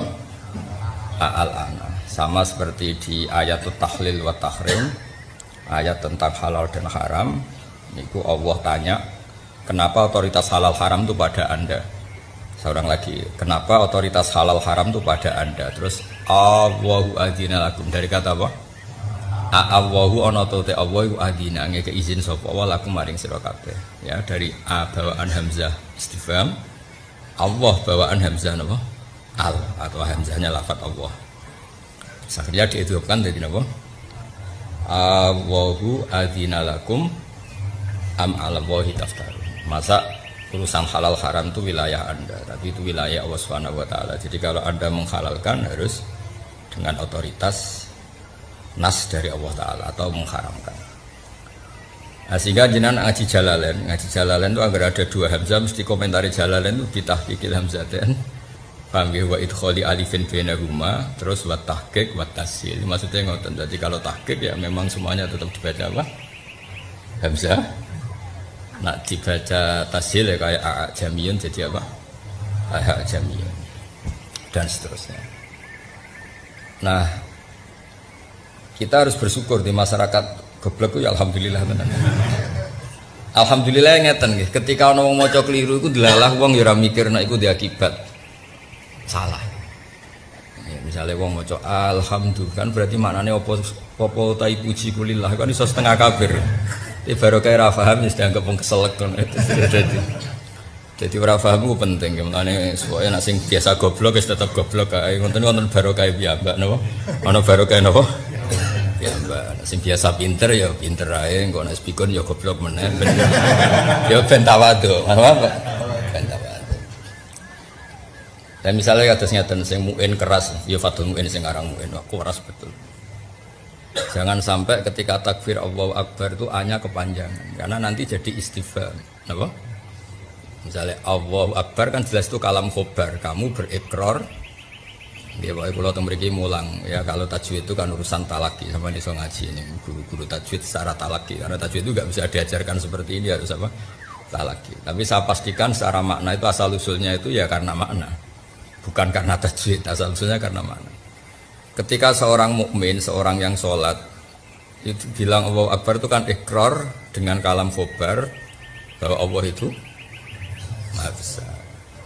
Ya sudah harus hamzahnya satu yaitu milik Allah. Ini bawa panjang. Jadi istifham kan? Jadi apa? Allahu Akbar. Apakah Allah itu Maha Besar? Jadi kan ya setengah kafir. Tapi ketika kafir wong goblok kan ya. Ya alhamdulillah kok sing makmume ya alhamdulillah ra paham. Pira-pira gelem ngimami. Jadi ngene kiye alim wis kiye alim wis bingung kabeh. Kula nu sering jagongan kandhani kiye alim. Diloroi terus dadine ku mutung. Alhamdulillah diloroi ku mutung dibar kok goblok terus. Tapi mbok salah nong dene ya ora niat ngono. Dene menjaluk takoki makna Akbar piye Allah Maha Besar. Saiki makna terserah sing krungu apa sing ngomong. Yo ora sing ngomong ora.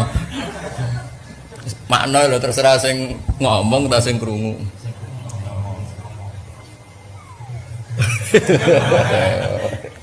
Ya cerita wae, itu lafaz-lafaz sing dipanjangno sithik ku pancen diakibat ke yang lain. Nak kita paham.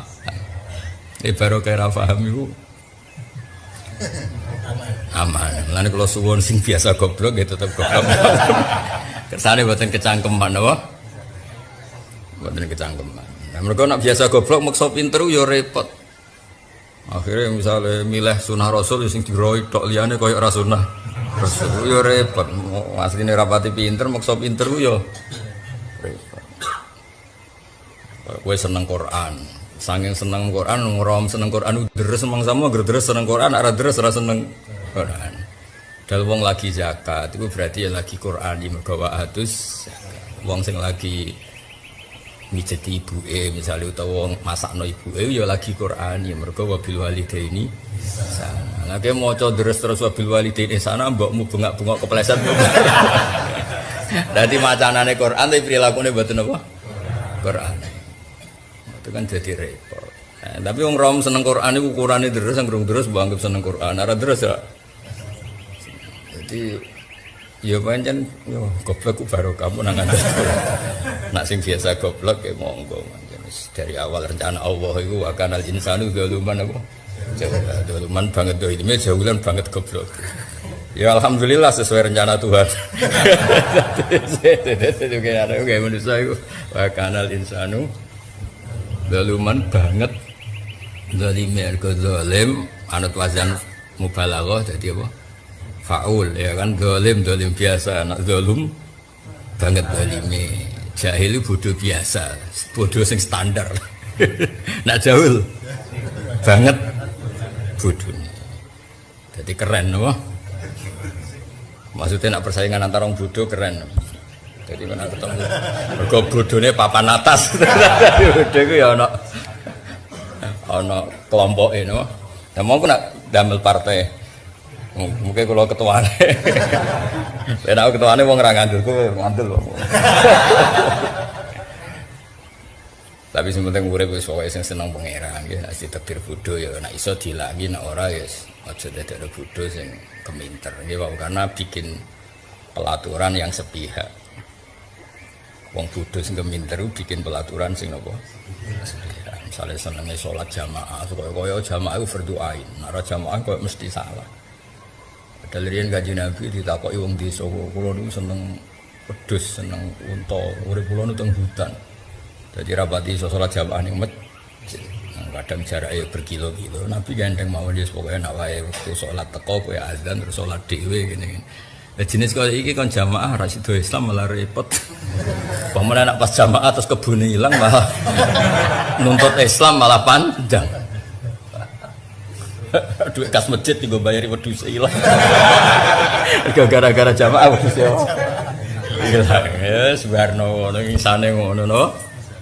Kok ya ana sing sregep ngimami, mergo ketua takmir utawa lagi pengurus masjid. Sekali di PHK ya mutuh. Pancen sregepe jamaah mergo sedang pengurus apa?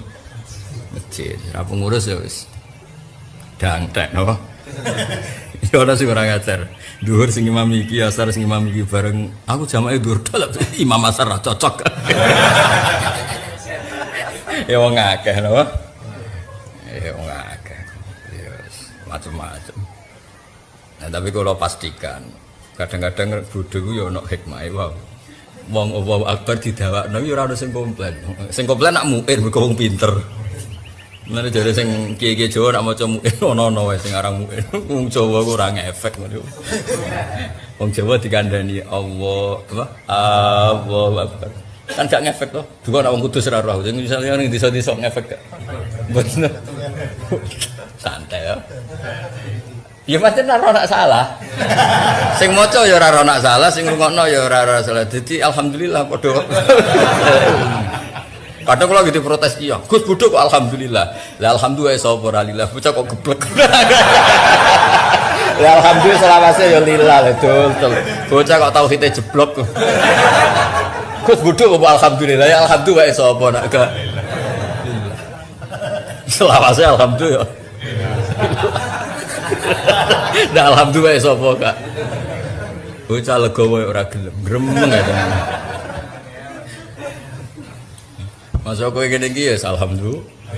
Ngaji hiburan ya. Hiburan misalnya niat paham ya rapati paham. Terus ngaji hiburan di bang maksiat ya ngaji. Paham piye ngalamane ora roh. Wis jelas ra paham tak jamin ra paham. Ya jadi terus di soal meneh mbek muin bae di kadang-kadang dikai mat Allahu Akbar kan menjadi kayak lafaz jamak af'alun kan. Jadi ada beberapa kesalahan yang alhamdulillah itu masyarakat kita itu ora paham. Gara-gara paham rano komplain jadi ra perlu rapat masjid mem-PHK imam. Ya nak ning Kudus ning Rembang sing ning sarang daerah-daerah wong alim di PHK ono gentine ning desa. Di PHK gentine luwih goblok. Utawa di PHK jebule iku wakife wak tanah, bariku masjide disita malah. Jadi komplek no, nek masyarakat itu komplek. Repot, sebarno. Penting sholatnya gak ada ngetan, keribetan kiri. Karena memang yuk, lalu diceritani guru-guru teng desa. Kiri alumni sarang nih mulang neng desa. Yo nak mbah tuwa is tuwa kuno. Sholat tuh ngeten, ketune ngeten. Bareng angger sujud yo kena ketune. Wong kena ketune. Rumangsane dekne ditertibno. Mbah nak sujud itu butuke dibuka sithik. Jebule gak buka badhe. Iluke esuke ra salat. Mutung ya. Semenjak aku nek kapok ngloroi. Perkara bathuk wae malah akhire ra salat. Dadi teng desa ku komplain niku rugi ya. Mergo akibate fatal. Napa akibate iku? Jajal bojo loro-loro nek ra mulih. Ora ana kamu sing wong wedok diloroi tambah apik ora. Nak nantang minggat iya. Ya nak minggat ra apa-apa nek sing dirafak. Wong omah wae ndekne derajat wae ndekne. Tapi derajat ndekne kaya gus-gus debutan dadi mantune kiai kan ana bunyaine te ora ana kiyaine. Kiyaine sing centel to. Sing anak kiai sing wedok. Derajat numpang ini ora usah komplain.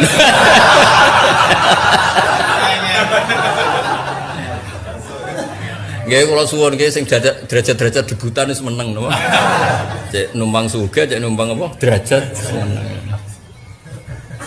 Tambah dirafak malah. Jadi biasa ya ana salah ya berusaha ditoto tapi kok sithik. Tepak ya balik ora tepak ya wis. Ngajine sewakan al insanu apa? Doliman jaulan. Mana doliman banget dolime no. Jaulan banget bintune.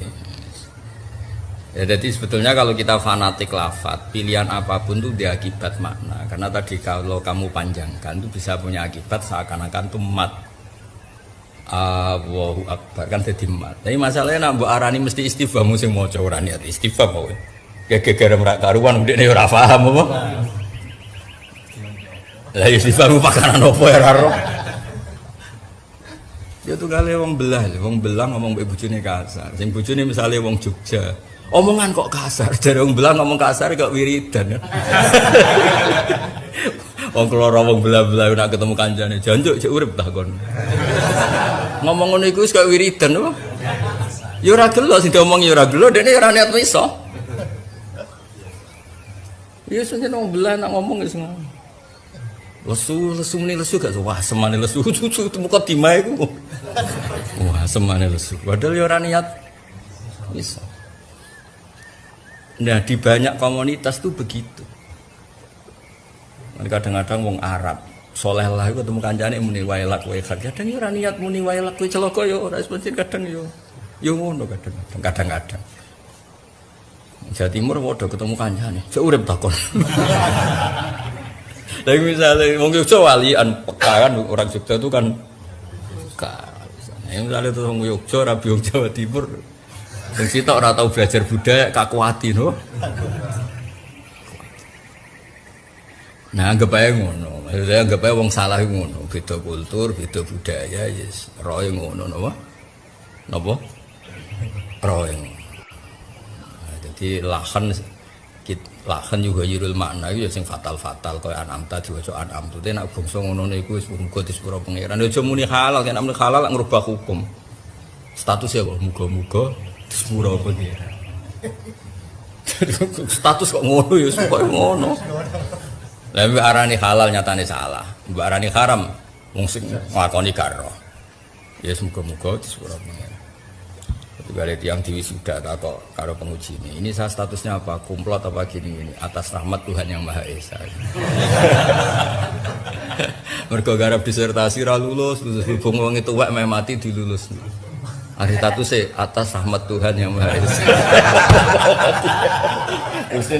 Mestinya kan kategori ini memuaskan atau kumplot. Kan gak ono jenenge kabeh. Kayak kowe misalnya suatu saat jadi kiai atas rahmat Tuhan yang Maha Esa. Karena jadi kiai yang sebenarnya kan memenuhi kualifikasi alim soleh ranti kasus itu jenis jadi kiai atas nama kualifikasi. Nah kalau gue kan gak misalnya alim ora anak kiai ora apa ya ora berarti apa atas nama rahmat Tuhan yang Maha Esa.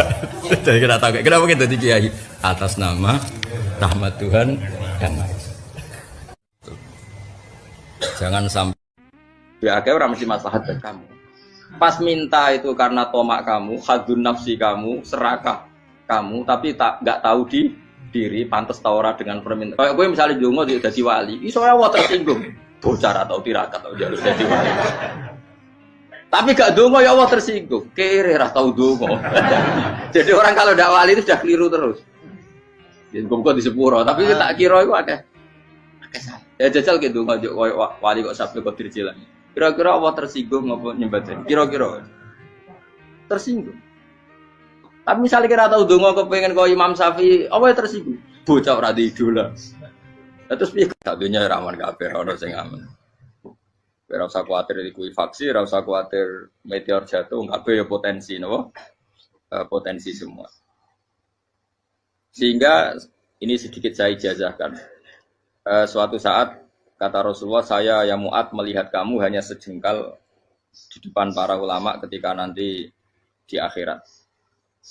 Terus Mu'ad tanya, Rasulullah tanya, kenapa kamu hanya satu jengkal dengan derajatnya para ulama ketika sowan Allah?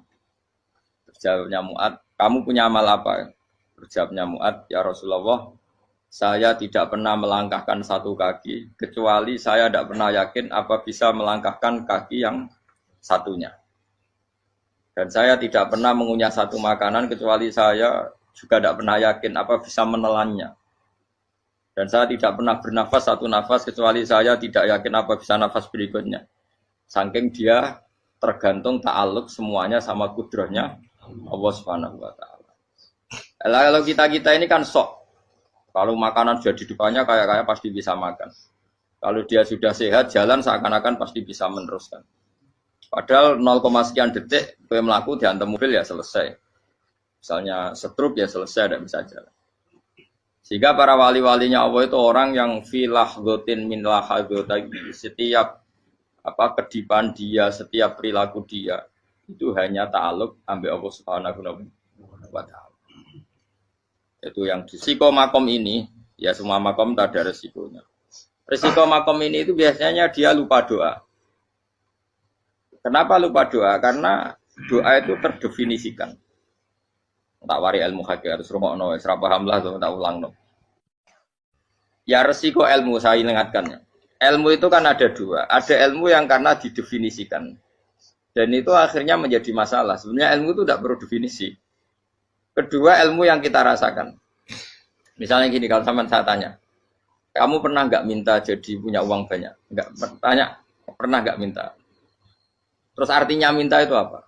Terus kita mendefinisikan, menengadahkan tangan, bilang ya Allah, saya minta uang banyak, saya minta ingin beli mobil. Itu namanya apa?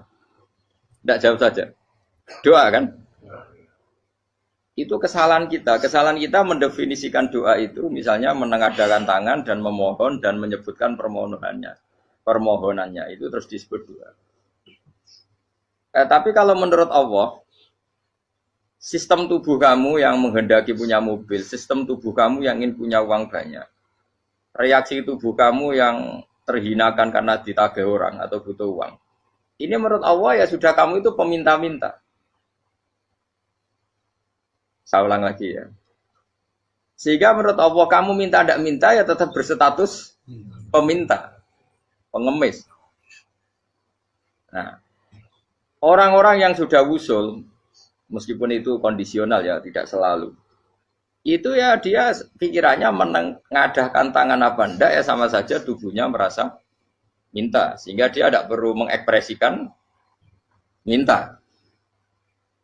Nah, terus orang yang fikih bilang seperti itu tuh sombong, wong kok gak tahu donga. Sebetulnya keliru vonis orang fikih. Bagaimana mungkin dikatakan sombong? Dia reaksi tubuhnya, elemen tubuhnya sebetulnya meminta. Dia tidak berkategori meminta karena ilmu kadung didefinisikan kalau minta itu yang seperti ini.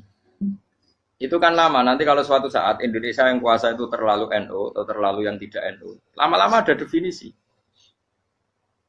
Misalnya yang dikatakan tahlilan itu apa? Ya bid'ah, Nabi tidak pernah tahlilan. Sahabat tidak pernah nahlilin Nabi. Malah nggak ngaji Nabi jadi tahlil. Mana nih tahlilan jalukno sepuro mayit, ngaji Nabi jalukno sepuro. Sehingga dengan tradisi itu tahlil itu masuk definisi bid'ah. Karena nggak pernah dilakukan sahabat dan para tabi'in. Ya salahnya kamu definisikan. Tapi kalau udah kamu definisikan, diarani tahlil, ya mau la ilaha illallah. Terus mungkinkah satu bacaan la ilaha illallah dilarang? Wong ra oleh maca kalimat tauhid. Jadi misalnya tahlil iku nafadno kalimat tauhid. Oke tok orang ora iso dilarang tapi nak Tahlil iku mitung dinane mayit kaya budo. Sangane kriminal. Enak. Ya sudah seperti itu. Makanya banyak orang salah itu karena ilmu kadung didefinisikan. Nah, definisi itu sebenarnya tidak mengikat dalam banyak hal. Ini penting saya utarakan. Ya karena seperti itu. Makanya itu masalah-masalah besar antara kita dan firqah-firqah yang lain. Masalah ahli sunnah, terus masalah yang lain-lain. Memang ya sudah seperti itu. Ya saya ulang lagi ya. Hanya ngutip Habib Abdul Haddad. Jadi syair itu sebenarnya ada di Diwanul Haddad. Apa? Diwanul Haddad. Diwanul Haddad itu syair-syair Abdul Haddad. Misalnya kamu lapar. Perut kamu kan mereaksi minta makan. Andaikan kamu itu Tuhan, kan kamu tahu bahwa perut kamu itu minta makan. Tanpa kita bilang, ya Allah saya minta makan, Allah tahu kalau reaksi tubuh kamu minta makan. Sehingga orang yang tidak minta pun asal makomnya makom yang ikrar, mengakui kalau dia butuh, ya namanya sudah minta. Tapi fikih kadung mendefinisikan sing darane minta itu misalnya madhep kiblat, terus menengadakan tangan dan sebagainya. Ya sudah kita sebagai orang pengikut ya yang ikuti fikih, yang ikuti tasawuf sebetulnya itu definisi yang sepihak. Sehingga ketika Nabi Ibrahim mau dibakar Namrud, masyhur itu cerita itu. Beberapa hari mungkin bulan-bulan orang disuruh Namrud cari kayu sebanyak-banyaknya. Ketika kayu sudah terkumpul mungkin satu lapangan, Ibrahim mau dibakar. Pegawainya Namrud itu bingung caranya mencalok Ibrahim. Mergo saking gedene napa? Api. Nak dicalok kok adoh iku ratok tengah. Nak diparekno iku kepanasan. Masyhur. Terus setan zaman iku urung akeh dadi setan tenan. Saiki kan duplikate sakeh dadi setan ra tau muncul. Wong duplikate wis napa? Akeh. Singkat cerita setan itu muncul pura-pura jadi manusia terus ditemukan manjane. Manjane kayak semacam ketepil besar yang jadi menane dari kiai-kiai ketepil haram mergo penemune setan. Dari ini tuh. Tapi nak manjanik penemune setan itu betul walhasil terus dibikinkan satu manjanik semacam ketepil besar terus Ibrahim dilemparkan ke api. Lewat apa? Ketepil tadi idenya siapa? Setan.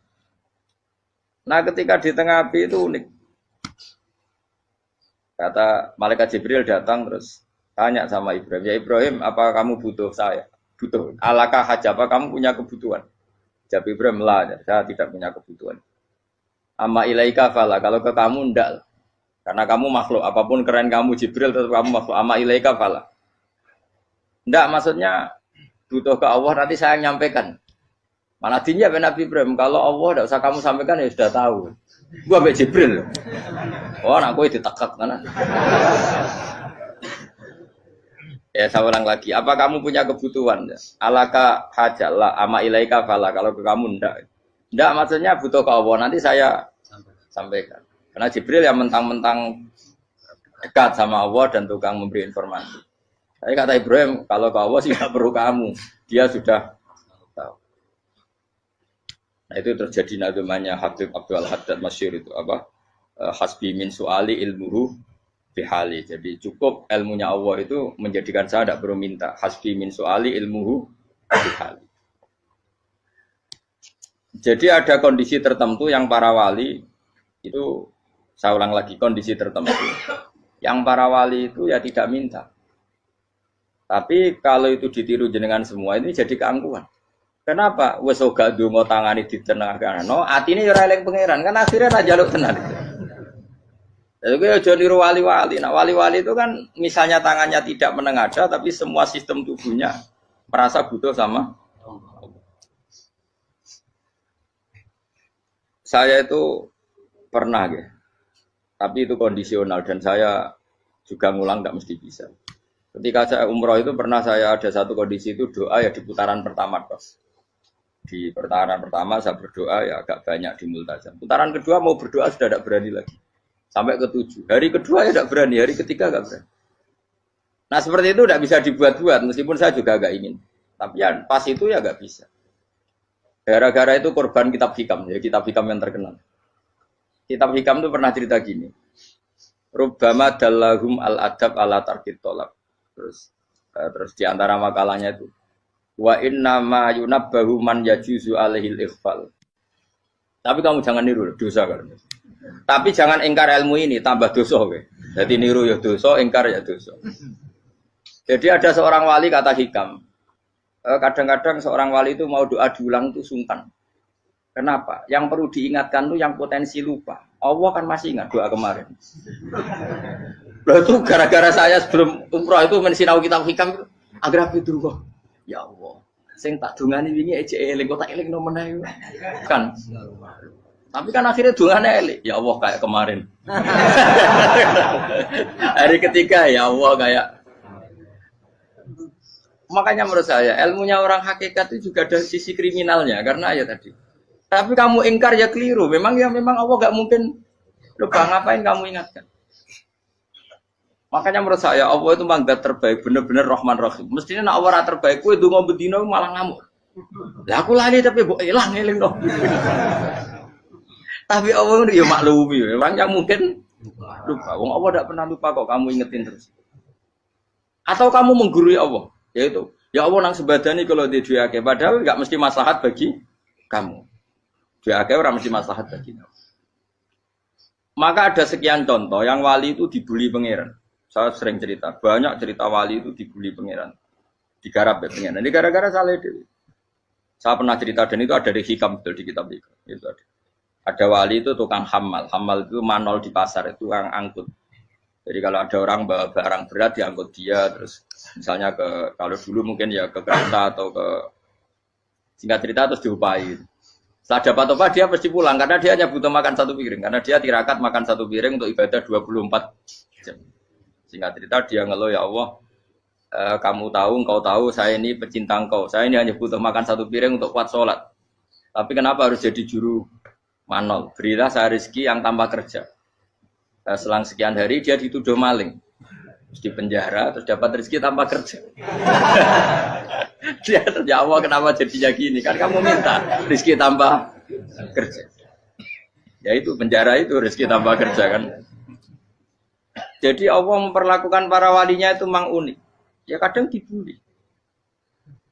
Sehingga dalam cerita-cerita kenabian, kata Qadiyat itu, nggak ada orang yang sering dibully Allah kayak nabinya. Karena nabi itu orang yang dicintai Allah. Jika salah sedikit saja itu, toro pangeran, toro kampus itu digarap, pokoknya dipelonco, salah sedikit. Misalnya begini, Nabi Yakub itu kan nabi. Dia mungkin nyon jauh gak tersadar nyembelih anak sapi itu di depan indukannya. Ya beliau mungkin spontan saja, Pak. Kalau kamu yang melakukan pasti tidak ada hukumannya karena Allah tidak pati peduli sama kamu sudah lah. Artinya gak peduli salah pantas saya ora jelas ya gitu. Tapi ini nabi. Ketika itu terus indukannya sapi tadi ya Allah, Yakub itu kekasihmu. Saya tidak berani sama dia karena dia kekasih. Tapi saya tetap menuntut keadilan. Dia harus merasakan susahnya dipisah dengan anak. Meskipun dia tidak nuntut rasanya roh anak sebelah itu tidak se ekstrim itu. Sapinya itu hanya nuntut ya Allah dia harus merasakan sakitnya terpisah dengan anak. Akhirnya Allah menciptakan Yakub mengalami terpisah dengan Nabi siapa? Itu kalau kata Qadiyat, itu kalau yang melakukan tidak Nabi pasti nggak dibully Allah, dibiarin. Karena Nabi ini yang melakukan. Nah. Sini Nabi Yusuf lagi mana rasa daftar wali berat. Nabi Yusuf itu di penjara itu karena terdolimi apa karena memang dia salah? Terdolimi. Dan Yusuf itu Nabi. Nabi Yusuf itu Nabi betul memang benar-benar. Meskipun ganteng dia Nabi. Syaratnya Nabi ganteng kira-kira mlebu. Nabi itu harus ganteng, enggak boleh. Nabi elek ora oleh. Karena Allah izin di kekasih kok kriting elek. Allah itu selera tuh. Kabeh Nabi mesti yang paling ganteng di kaumnya, yang paling nasab. Enggak boleh Nabi kok pesek, kriting, enggak boleh. Tapi kalau sudah jadi orang soleh oleh kan. Tapi kalau Nabi enggak boleh. Nabi Yusuf bukan, masyhur kan cerita Nabi Yusuf dengan siapa? Zulaikha. Dan belum ada orang dalam keadaan darurat masih cerdas kayak perempuan. Jadi singkat cerita, ketika Yusuf diajak Zulaikha selingkuh enggak mau kan keluar dari kamar. Dalalah kebetulan wa alfaya sayyidah rajal. Itu si Zulaikha tadi spontan langsung bilang, wahai suamiku, apa hukuman orang yang ingin menodai keluargamu? Itu wong wedok. Padahal dia agak terencana, dia pun nggak bayangkan kepergok suaminya. Itu dalam keadaan kepergok itu masih cerdas. Suamiku, apa hukuman orang yang mau menyelingkuhi keluarga Anda? Singkat cerita, suaminya murka, terus Yusuf dipenjara, terdolimi. Ketika dipenjara, kemudian Yusuf punya keahlian mentakwil apa? Mimpi. Kan tadi suaminya Zulaikha itu tidak sampai raja ya, kira-kira PM atau menteri. Raja itu punya mimpi yang bisa nakwil itu hanya Yusuf. Singkat cerita, terus utusan raja datang ke Yusuf dan takwilan Yusuf terbukti benar. Tapi Yusuf ini seorang nabi, saya ulang lagi Yusuf seorang nabi, dia tapi ya manusia. Bilang gini ke utusannya, coba bilangkan ke raja kamu, di penjara ini ada orang yang dipenjara secara terzalimi, yaitu saya. Tolong laporkan ke majikan. Itu Allah tersinggungnya itu bukan main. Nabi kok lapor makhluk. Itu tersinggung. Nah, kowe kan gak piye. Kowe ngajono proposal ya ora piye. Wis pokoke Allah mek kowe ora piye. Wong sampean swargane ya ora langsung wae ngono. Pokoke kira-kira kan sudah tidak perlu ditegur. Makanya fa'an sahu syaitanu dzikra rabbi fala bisa fisijni bid'asi. Maka Allah mentakdirkan utusan raja tadi itu lupa melaporkan peristiwa Yusuf ke raja tadi. Sehingga raja enggak pernah dengar kalau ada orang di penjara karena Allah tersinggung. Wong kowe iku nabi kok lapore ambek penguasa. Ngono tok iku wis Allah tersinggung. Karena dia nabi, enggak boleh nabi lapor makhluk. Jadi Allah itu dengan nabi itu sangat-sangat sensitif. Sangat-sangat sensitif. Ya begitu. Terus kita yang terkenal, meskipun ini enggak ada di Quran, Nabi Musa.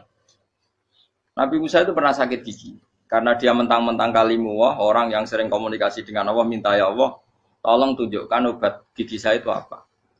Singkat ini sama Allah dikasih tahu.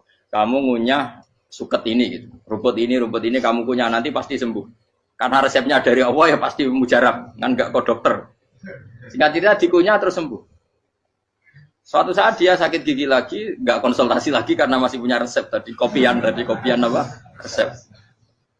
Dia datang nyari suket yang sama dikunyah tambah sakit. Tanya sama Allah, ya Allah ini kan resepnya yang sama, kenapa tambah sakit? Kata Allah, kamu itu kekasihku. Roh nak sing ngobati ku aku ra suket sembrono. Semenjak itu Nabi Musa pernah taruh resep lagi sudah. Andikan tuh kamu, pasti Allah juga gak tersinggung. Makanya kata Qadiyat, kenapa para nabi sering ditegur itu bukan karena Allah murka. Nabi itu beda. Jadi kesalahan kecil atau apa-apa yang menurut kita ada salah itu untuk nabi salah. Makanya di ahli sunnah ada kaidah apa? Mimba bihasanatil abror sayyi'atul muqarrabin. Pernah dengar kaidah apa? Mimba bihasanatil abror sayyi'atul muqarrabin. Sesuatu kalau dilakukan umumnya orang itu hasanah atau kebaikan, tapi kalau dilakukan para nabi itu salah. Karena apa ya? Saking dekatnya dengan Allah. Saya ulang lagi apa? Mimba bihasanatil abror sayyi'atul muqarrabin. Jadi nabi itu beda. Nah, para nabi itu orang-orang yang ngalami fikir yang doa resmi kayak siapa tadi? Definisi fikir ya sering. Kayak definisi orang tasawuf yang sering. Sehingga ketika Nabi berdoa, ya memang secara disiplin ilmu yang namanya berdoa ya minta Allah dengan mengadakan tangan. Ketika enggak berdoa, karena Nabi sadar Allah tidak perlu diingatkan lagi, pasti masih ingat. Gitu. Jadi dua-duanya benar terus. Makanya Nabi itu lam yazal fitaroki, Nabi itu selalu naik derajatnya. Karena pas minta ya benar, pas tidak minta ya. Tapi kamu jangan niru, dosa kan. Tapi jangan ingkar ilmu ini, tambah dosa. Jadi niru ya dosa, ingkar ya dosa. Jadi ada seorang wali kata Hikam, kadang-kadang seorang wali itu mau doa diulang itu sungkan. Kenapa? Yang perlu diingatkan itu yang potensi lupa. Allah kan masih ingat doa kemarin. Loh itu gara-gara saya sebelum umroh itu mensinau kitab Hikam itu agar itu kok. Ya Allah, sing tak dungani wingi ejek eling kok tak eling no meneh. Dadi wa inna ma yunabbahu man yajuzu alil yang bisa diingatkan hanya orang yang potensi lupa. Sementara Allah tidak akan. Tapi kan akhirnya dungane elik. Ya Allah kayak kemarin. Hari ketiga ya Allah kayak Makanya menurut saya ilmunya orang hakikat itu juga ada sisi kriminalnya karena ya tadi. Tapi kamu ingkar ya keliru. Memang Allah gak mungkin lupa, ngapain kamu ingatkan? Makanya menurut saya Allah itu manggat terbaik, bener-bener Rahman Rahim. Mestinya nak Allah terbaik, kue dungo bedino malah ngamuk. Lah aku lali tapi mbok eling dong. Tapi Allah itu ya maklumi ya, dengan kekeliruan. Kita ini kan selalu keliru. Dungo terus ya keliru sebetulnya. Karena seakan-akan kan mengingatkan seseorang yang mungkin lupa. Wong Allah tidak pernah lupa kok, kamu ingetin terus. Atau kamu menggurui Allah, yaitu ya Allah nang sebadani kalau dia diake, padahal nggak mesti maslahat bagi kamu. Diake orang mesti maslahat bagi kamu. Kalau kamu turun terus, pas minta itu karena tomak kamu, hadun nafsi kamu, serakah kamu, tapi nggak tahu diri, pantas taura dengan permintaan. Kayak gue misalnya jongo jadi wali, iso Allah tersinggung, bocor atau tirakat atau jalur jadi wali. Tapi gak dongo ya Allah tersinggung. Kere ra tau dongo. Jadi orang kalau ndak wali itu sudah keliru terus. Ya muga di sepuro, tapi tak kira iku akeh salah. Ya jajal ke dongo wali kok sampai kok dirjelan. Kira-kira Allah tersinggung ngopo nyembah. Kira-kira tersinggung. Tapi misalnya kira tau dongo kepengen kok Imam Syafi'i, Allah tersinggung. Bocah ora di idola. Terus piye Gus? Piye kadung salah biasa wis. Wis bakat salah no. Salah. Ini sedungannya yang gampang itu mesti benar. Rabbana dzalamna anfusana wa lam taghfir lana wa tarhamna lanakunanna minal khasirin. Saya pernah punya kitab dan kitab itu menurut saya luar biasa. Bahkan ketika adu bully itu, adu teori mahasiswa itu kayak pelonconan itu. Nabi sama Nabi pangeran gitu. Dan itu sekali yang satu salah melakukan disiplin ilmu, pangeran itu degradasi. Dan Allah memang mengancam gitu. Kalau kamu melanggar ini, la ahbiton namin diwanin nubuah. Nanti la amkuan namin diwanin nubuah. Kamu saya hapus dari buku kenabian. Tes-tesannya ya lucu. Misalnya begini. Kata Nabi Musa kan ditanya. Ketika dia khutbah ditanya orang. Siapa orang paling alim ya Nabi Allah? Sekarang orang paling alim itu siapa? Nabi Musa jawab, saya kan. Ya itu Allah tersinggung karena wong kok mletene ngono. Tapi andai kan Nabi Musa kok jawab Fauzi itu salah, tambah salah meneh. Atau enggak Pruhen, malah salah meneh. Tapi jawab Musa ya salah. Saya Gusti, saya kan. Orang paling alim siapa? Saya. Allah memperingatkan Musa, ada seseorang yang lebih alim ketimbang kamu. Coba kamu harus ketemu dia. Ketemu dengan cerita ketemu Nabi siapa? Khidir. Terus dalam 3 sesi ini, 3 babak ini buli-bulian. Nabi Khidir itu dalam 3 babak ini selalu kelihatan salah. Di antaranya adalah cara sekarang ya mungkin di gonjak sepeda motor atau perahu kalau dulu yang menggratisi dia numpangi sepeda motor malah spionnya dicopot. Spionnya dicopot, dirusak. Tapi Musa kan terus sudah digratisin malah rusak yang motornya yang apa? Menggratisin. Nabi Khidir masih tenang. Kamu tidak paham. Ya, Nabi Khidir mesti distok kamu tidak paham. Itu kata syurrahul hadis termasuk Ibnu Hajar al-Asqalani bilang ini. Setelah itu kedua membunuh anak kecil. Musa tambah marah. Anak yang belum punya dosa kok kamu sampai 3 kali ada 3 peristiwa. Itu kata syurrahul hadis. Andai kan Musa kok diam tidak protes, maka dia akan disalahkan Allah. Karena dia berarti membiarkan kemungkaran di depan matanya tanpa reaksi. Jadi sebetulnya ketika Musa berontak itu Nabi Khidir, Nabi tenan gitu. Jadi itu kan unik. Tapi berontak yo disalahno. Dadi angel sandi tes-tesan dadi nabi ku yo angel. Misalnya kok Nabi Musa itu koyok model santri Jawa Timur. Nabi Khidir salah, nggih nderek mawon. Ya ora nabi jero barang mungkar. Menengae.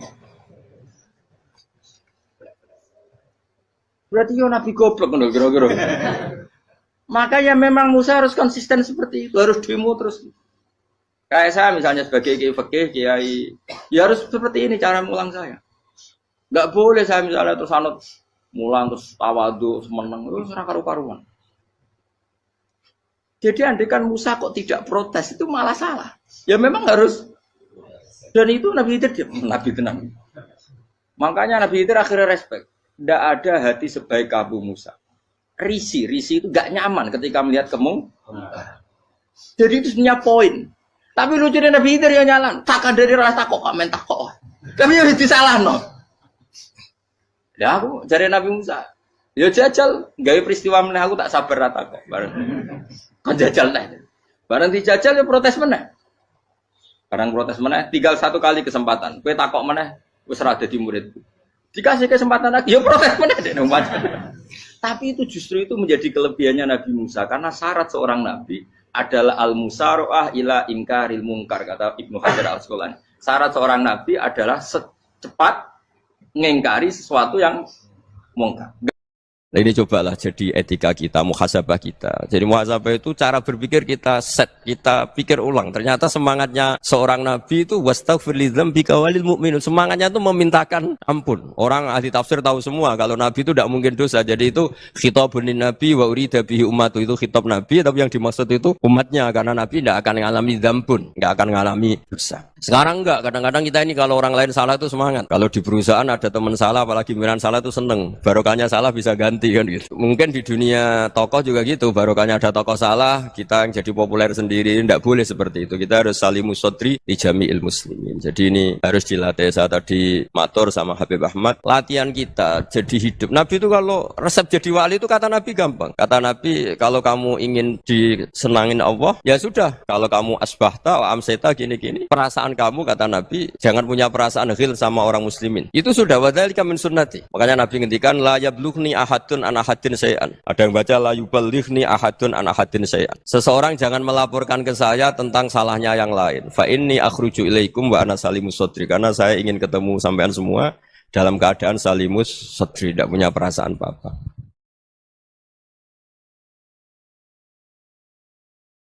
Dalam konteks Indonesia, muhasabah itu sudah jadi perilaku ya. Karena dulu orang tua saya, guru-guru saya kalau ngandani itu, bayangkan kalau kamu jadi dia. Jadi misalnya kita mentang-mentang atasan, otoriter sama bawahan. Bayangkan kalau kamu jadi yang bawahan itu kayak apa? Laukun tamakanah, kalau orang Arab bilang, bayangkan kalau kamu di posisi dia. Makanya guyonannya orang-orang Indonesia itu kan orang ngaramkan judi gitu, bareng dikasih tahu. Tapi yang menang anak jenengan, alhamdulillah. Ternyata ngaramkan itu karena ada anaknya. Kalau anaknya yang menang ya seneng. Meskipun itu guyonan, tapi saya punya padanan itu dalam kitab Hikam. Nabi Ibrahim itu Khalilur Rahman, tentu bencinya minta ampun sama yang namanya maksiat. Suatu saat beliau diterbangkan di alam malakut. Itu kalau di Hikam saya halaman 15 juga. Saya masih ingat betul. Mungkin kalau Anda beda halaman karena beda cetakan. Atau enggak punya kitabnya. Atau punya tapi tidak bisa baca. Nah itu jadi berbagai kemungkinan. Atau punya tidak bisa baca tapi dianggap jimat. Atau digo pencitraan. Banyak itu kaji-kaji tidak bisa baca kitab tapi di ruang tamunya kitabnya besar-besar. Pencitraan itu. Tapi ya bagus lah, enggak apa-apa untuk syiar. Setelah diterbangkan di alam malakut, diperlihatkan sama Allah, ada orang pezina, ada orang syaribul khomri, ada orang mabuk, ada orang macam-macam. Allah tanya sama Nabi Ibrahim, bagaimana pendapat kamu Ibrahim tentang mereka yang maksiat? Kata Nabi Ibrahim, ya Allah habisi saja mereka, mereka hidup di bumi engkau, makan rezeki engkau, kemudian mereka tidak taat sama engkau. Singkat cerita di fase itu, saya ulang lagi di fase itu, Allah nurutin. Sampai sekian peristiwa, mungkin 3 atau 4. Ya, setelah sekian tahun Nabi Ibrahim lupa peristiwa itu, kemudian beliau diminta menyembelih anaknya. Ini versi kitab Hikam. Memang versinya banyak tentang kenapa Nabi Ibrahim disuruh menyembelih anaknya.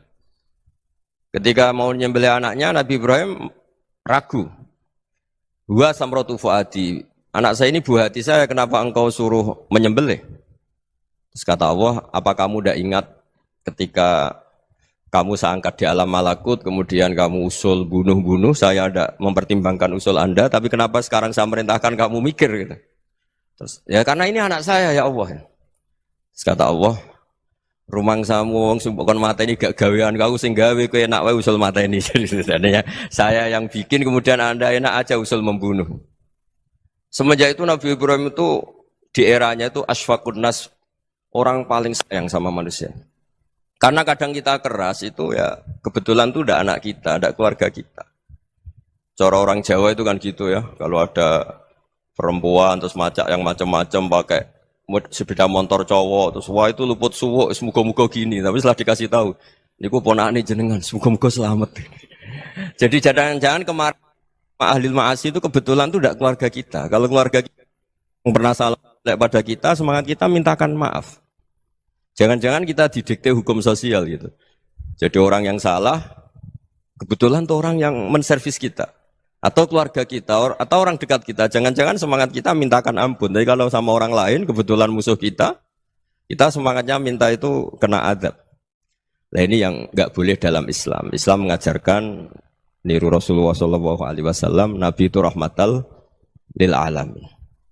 Bahkan kemarin saya ngaji virtual sama beberapa habaib, ada Habib Ali Al-Jufri dari Mesir, ada Habib Alwi dari Kuitang, ada Habib Nabil Al-Musawa. Dari sekian habaib itu saya masih ingat diantaranya yang didawuhkan rahmatan lil alamin itu ketika Nabi adahu kaumuh disakiti oleh kaumnya dan itu mereka masih kafir semua.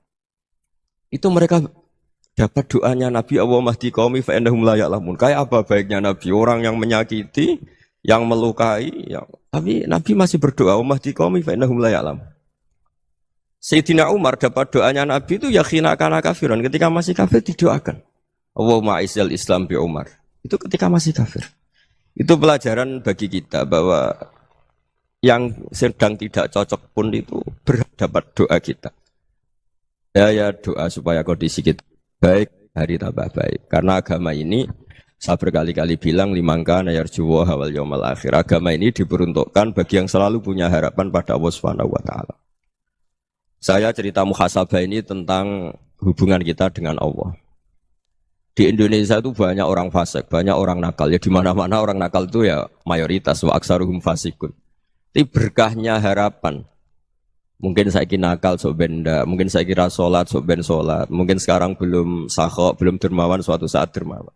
Barokahnya itu kefasikan ini dianggap sementara, sedang fasik, sedang tidak benar. Karena kiai-kiai kita, para guru-guru kita, para habaib utamanya itu mesti bilang semoga husnul khotimah. Nah barokahnya doa itu semoga husnul khotimah itu menjadikan satu pola sosial. Yang sedang fasik ini masih diharapkan jadi lebih baik, jadi lebih. Sehingga kita tidak ngambil sikap ekstrim, yang ingin menghabisi atau ingin mengadili, tidak. Karena selalu kita punya harapan.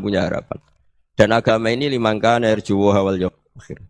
Bayangkan itu kalau yang nakal itu anak kamu. Pasti kamu nggak ingin kan langsung dapat azab, dapat apa. Padahal kita semua jadi tokoh ini abul kulli, bapak dari semuanya. Sehingga ketika Rasulullah SAW jalan-jalan kemudian melihat perempuan sedang menyalakan api. Kalau apinya mati ditiup, anaknya dijauhkan. Nanti kalau sudah jauh dari api, anaknya digendong lagi. Terus kata Rasulullah, matur ke semua sahabat, Aro'aitum anna hadih tarihatan waladaha alan nar. Apa kamu berpendapat bahwa perempuan ini akan melemparkan anaknya ke neraka? Tidak ya Rasulullah.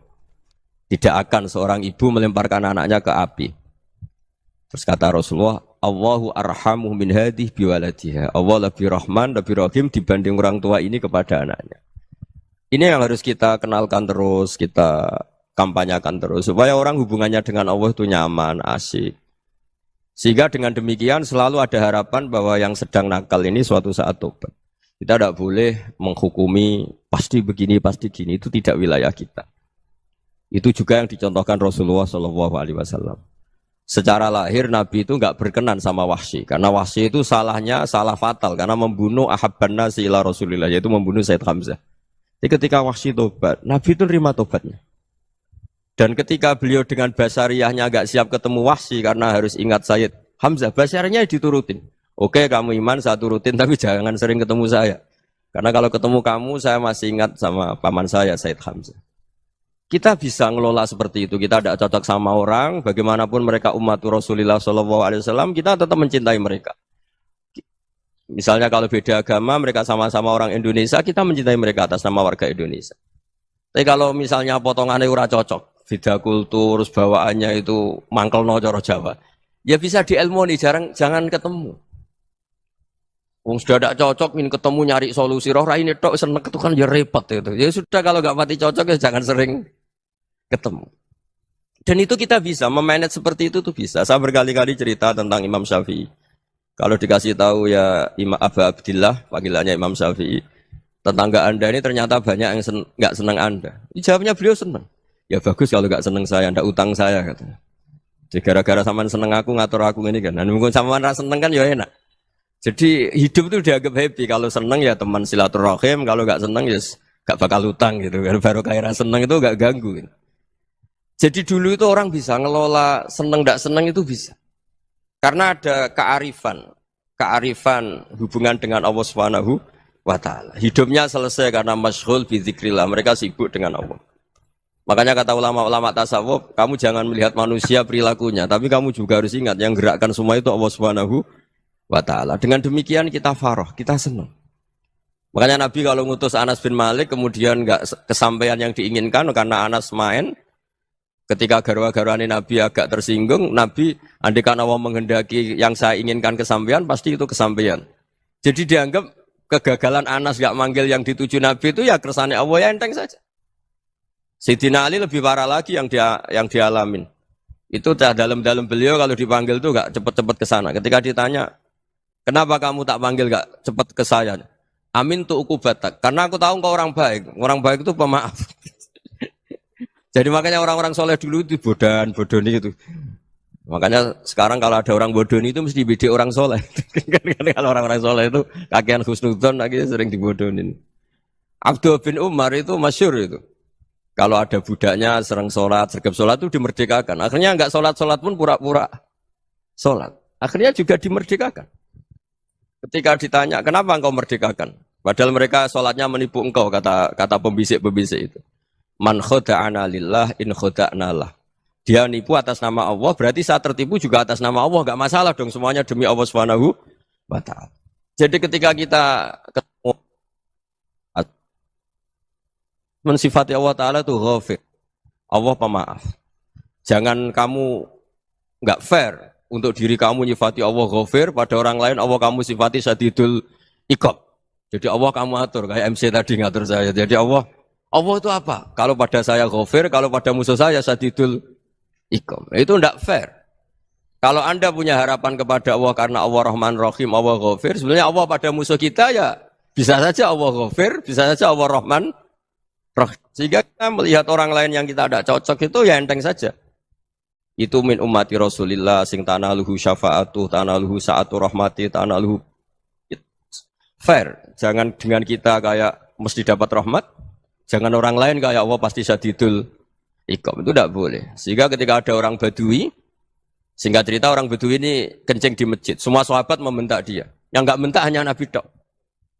Saking mangkalnya orang ini karena semua sahabat bentak kecuali Nabi. Setelah dibenarin Nabi, terus Nabi nyuruh sabbu ali dhanuban min ma'in. Setelah disucikan masjid itu, dia berdoa keras sekali. Allahumma arhamni wa Muhammadan wa la tarham ma'ana ahadan. Ya Allah yang berhak dapat rahmatmu hanya saya dan Nabi Muhammad, yang lainnya jangan. Karena yang lainnya tuh jengkelin, gitu aja saya salah dimarah-marahin gitu. Jadi kalau kamu doa terbatas ya kayak orang Bedui ini, kayak orang Arabi. Apa kata Nabi? Laqad tahajjarta wasi'an. Allah yang rahmatnya luas menjadi kamu sempitkan. Karena kamu mau atur Allah hanya rahman pada Indonesian Power, pada NU, pada kita yang orang lain nggak perlu dapat. Itu kan kasihan Islam karena Islam terus nggak dimiliki semua orang. Allah nggak dimiliki semua orang. Rasulullah nggak dimiliki semua orang karena di NU, di ormas tertentu, di nggak boleh seperti itu.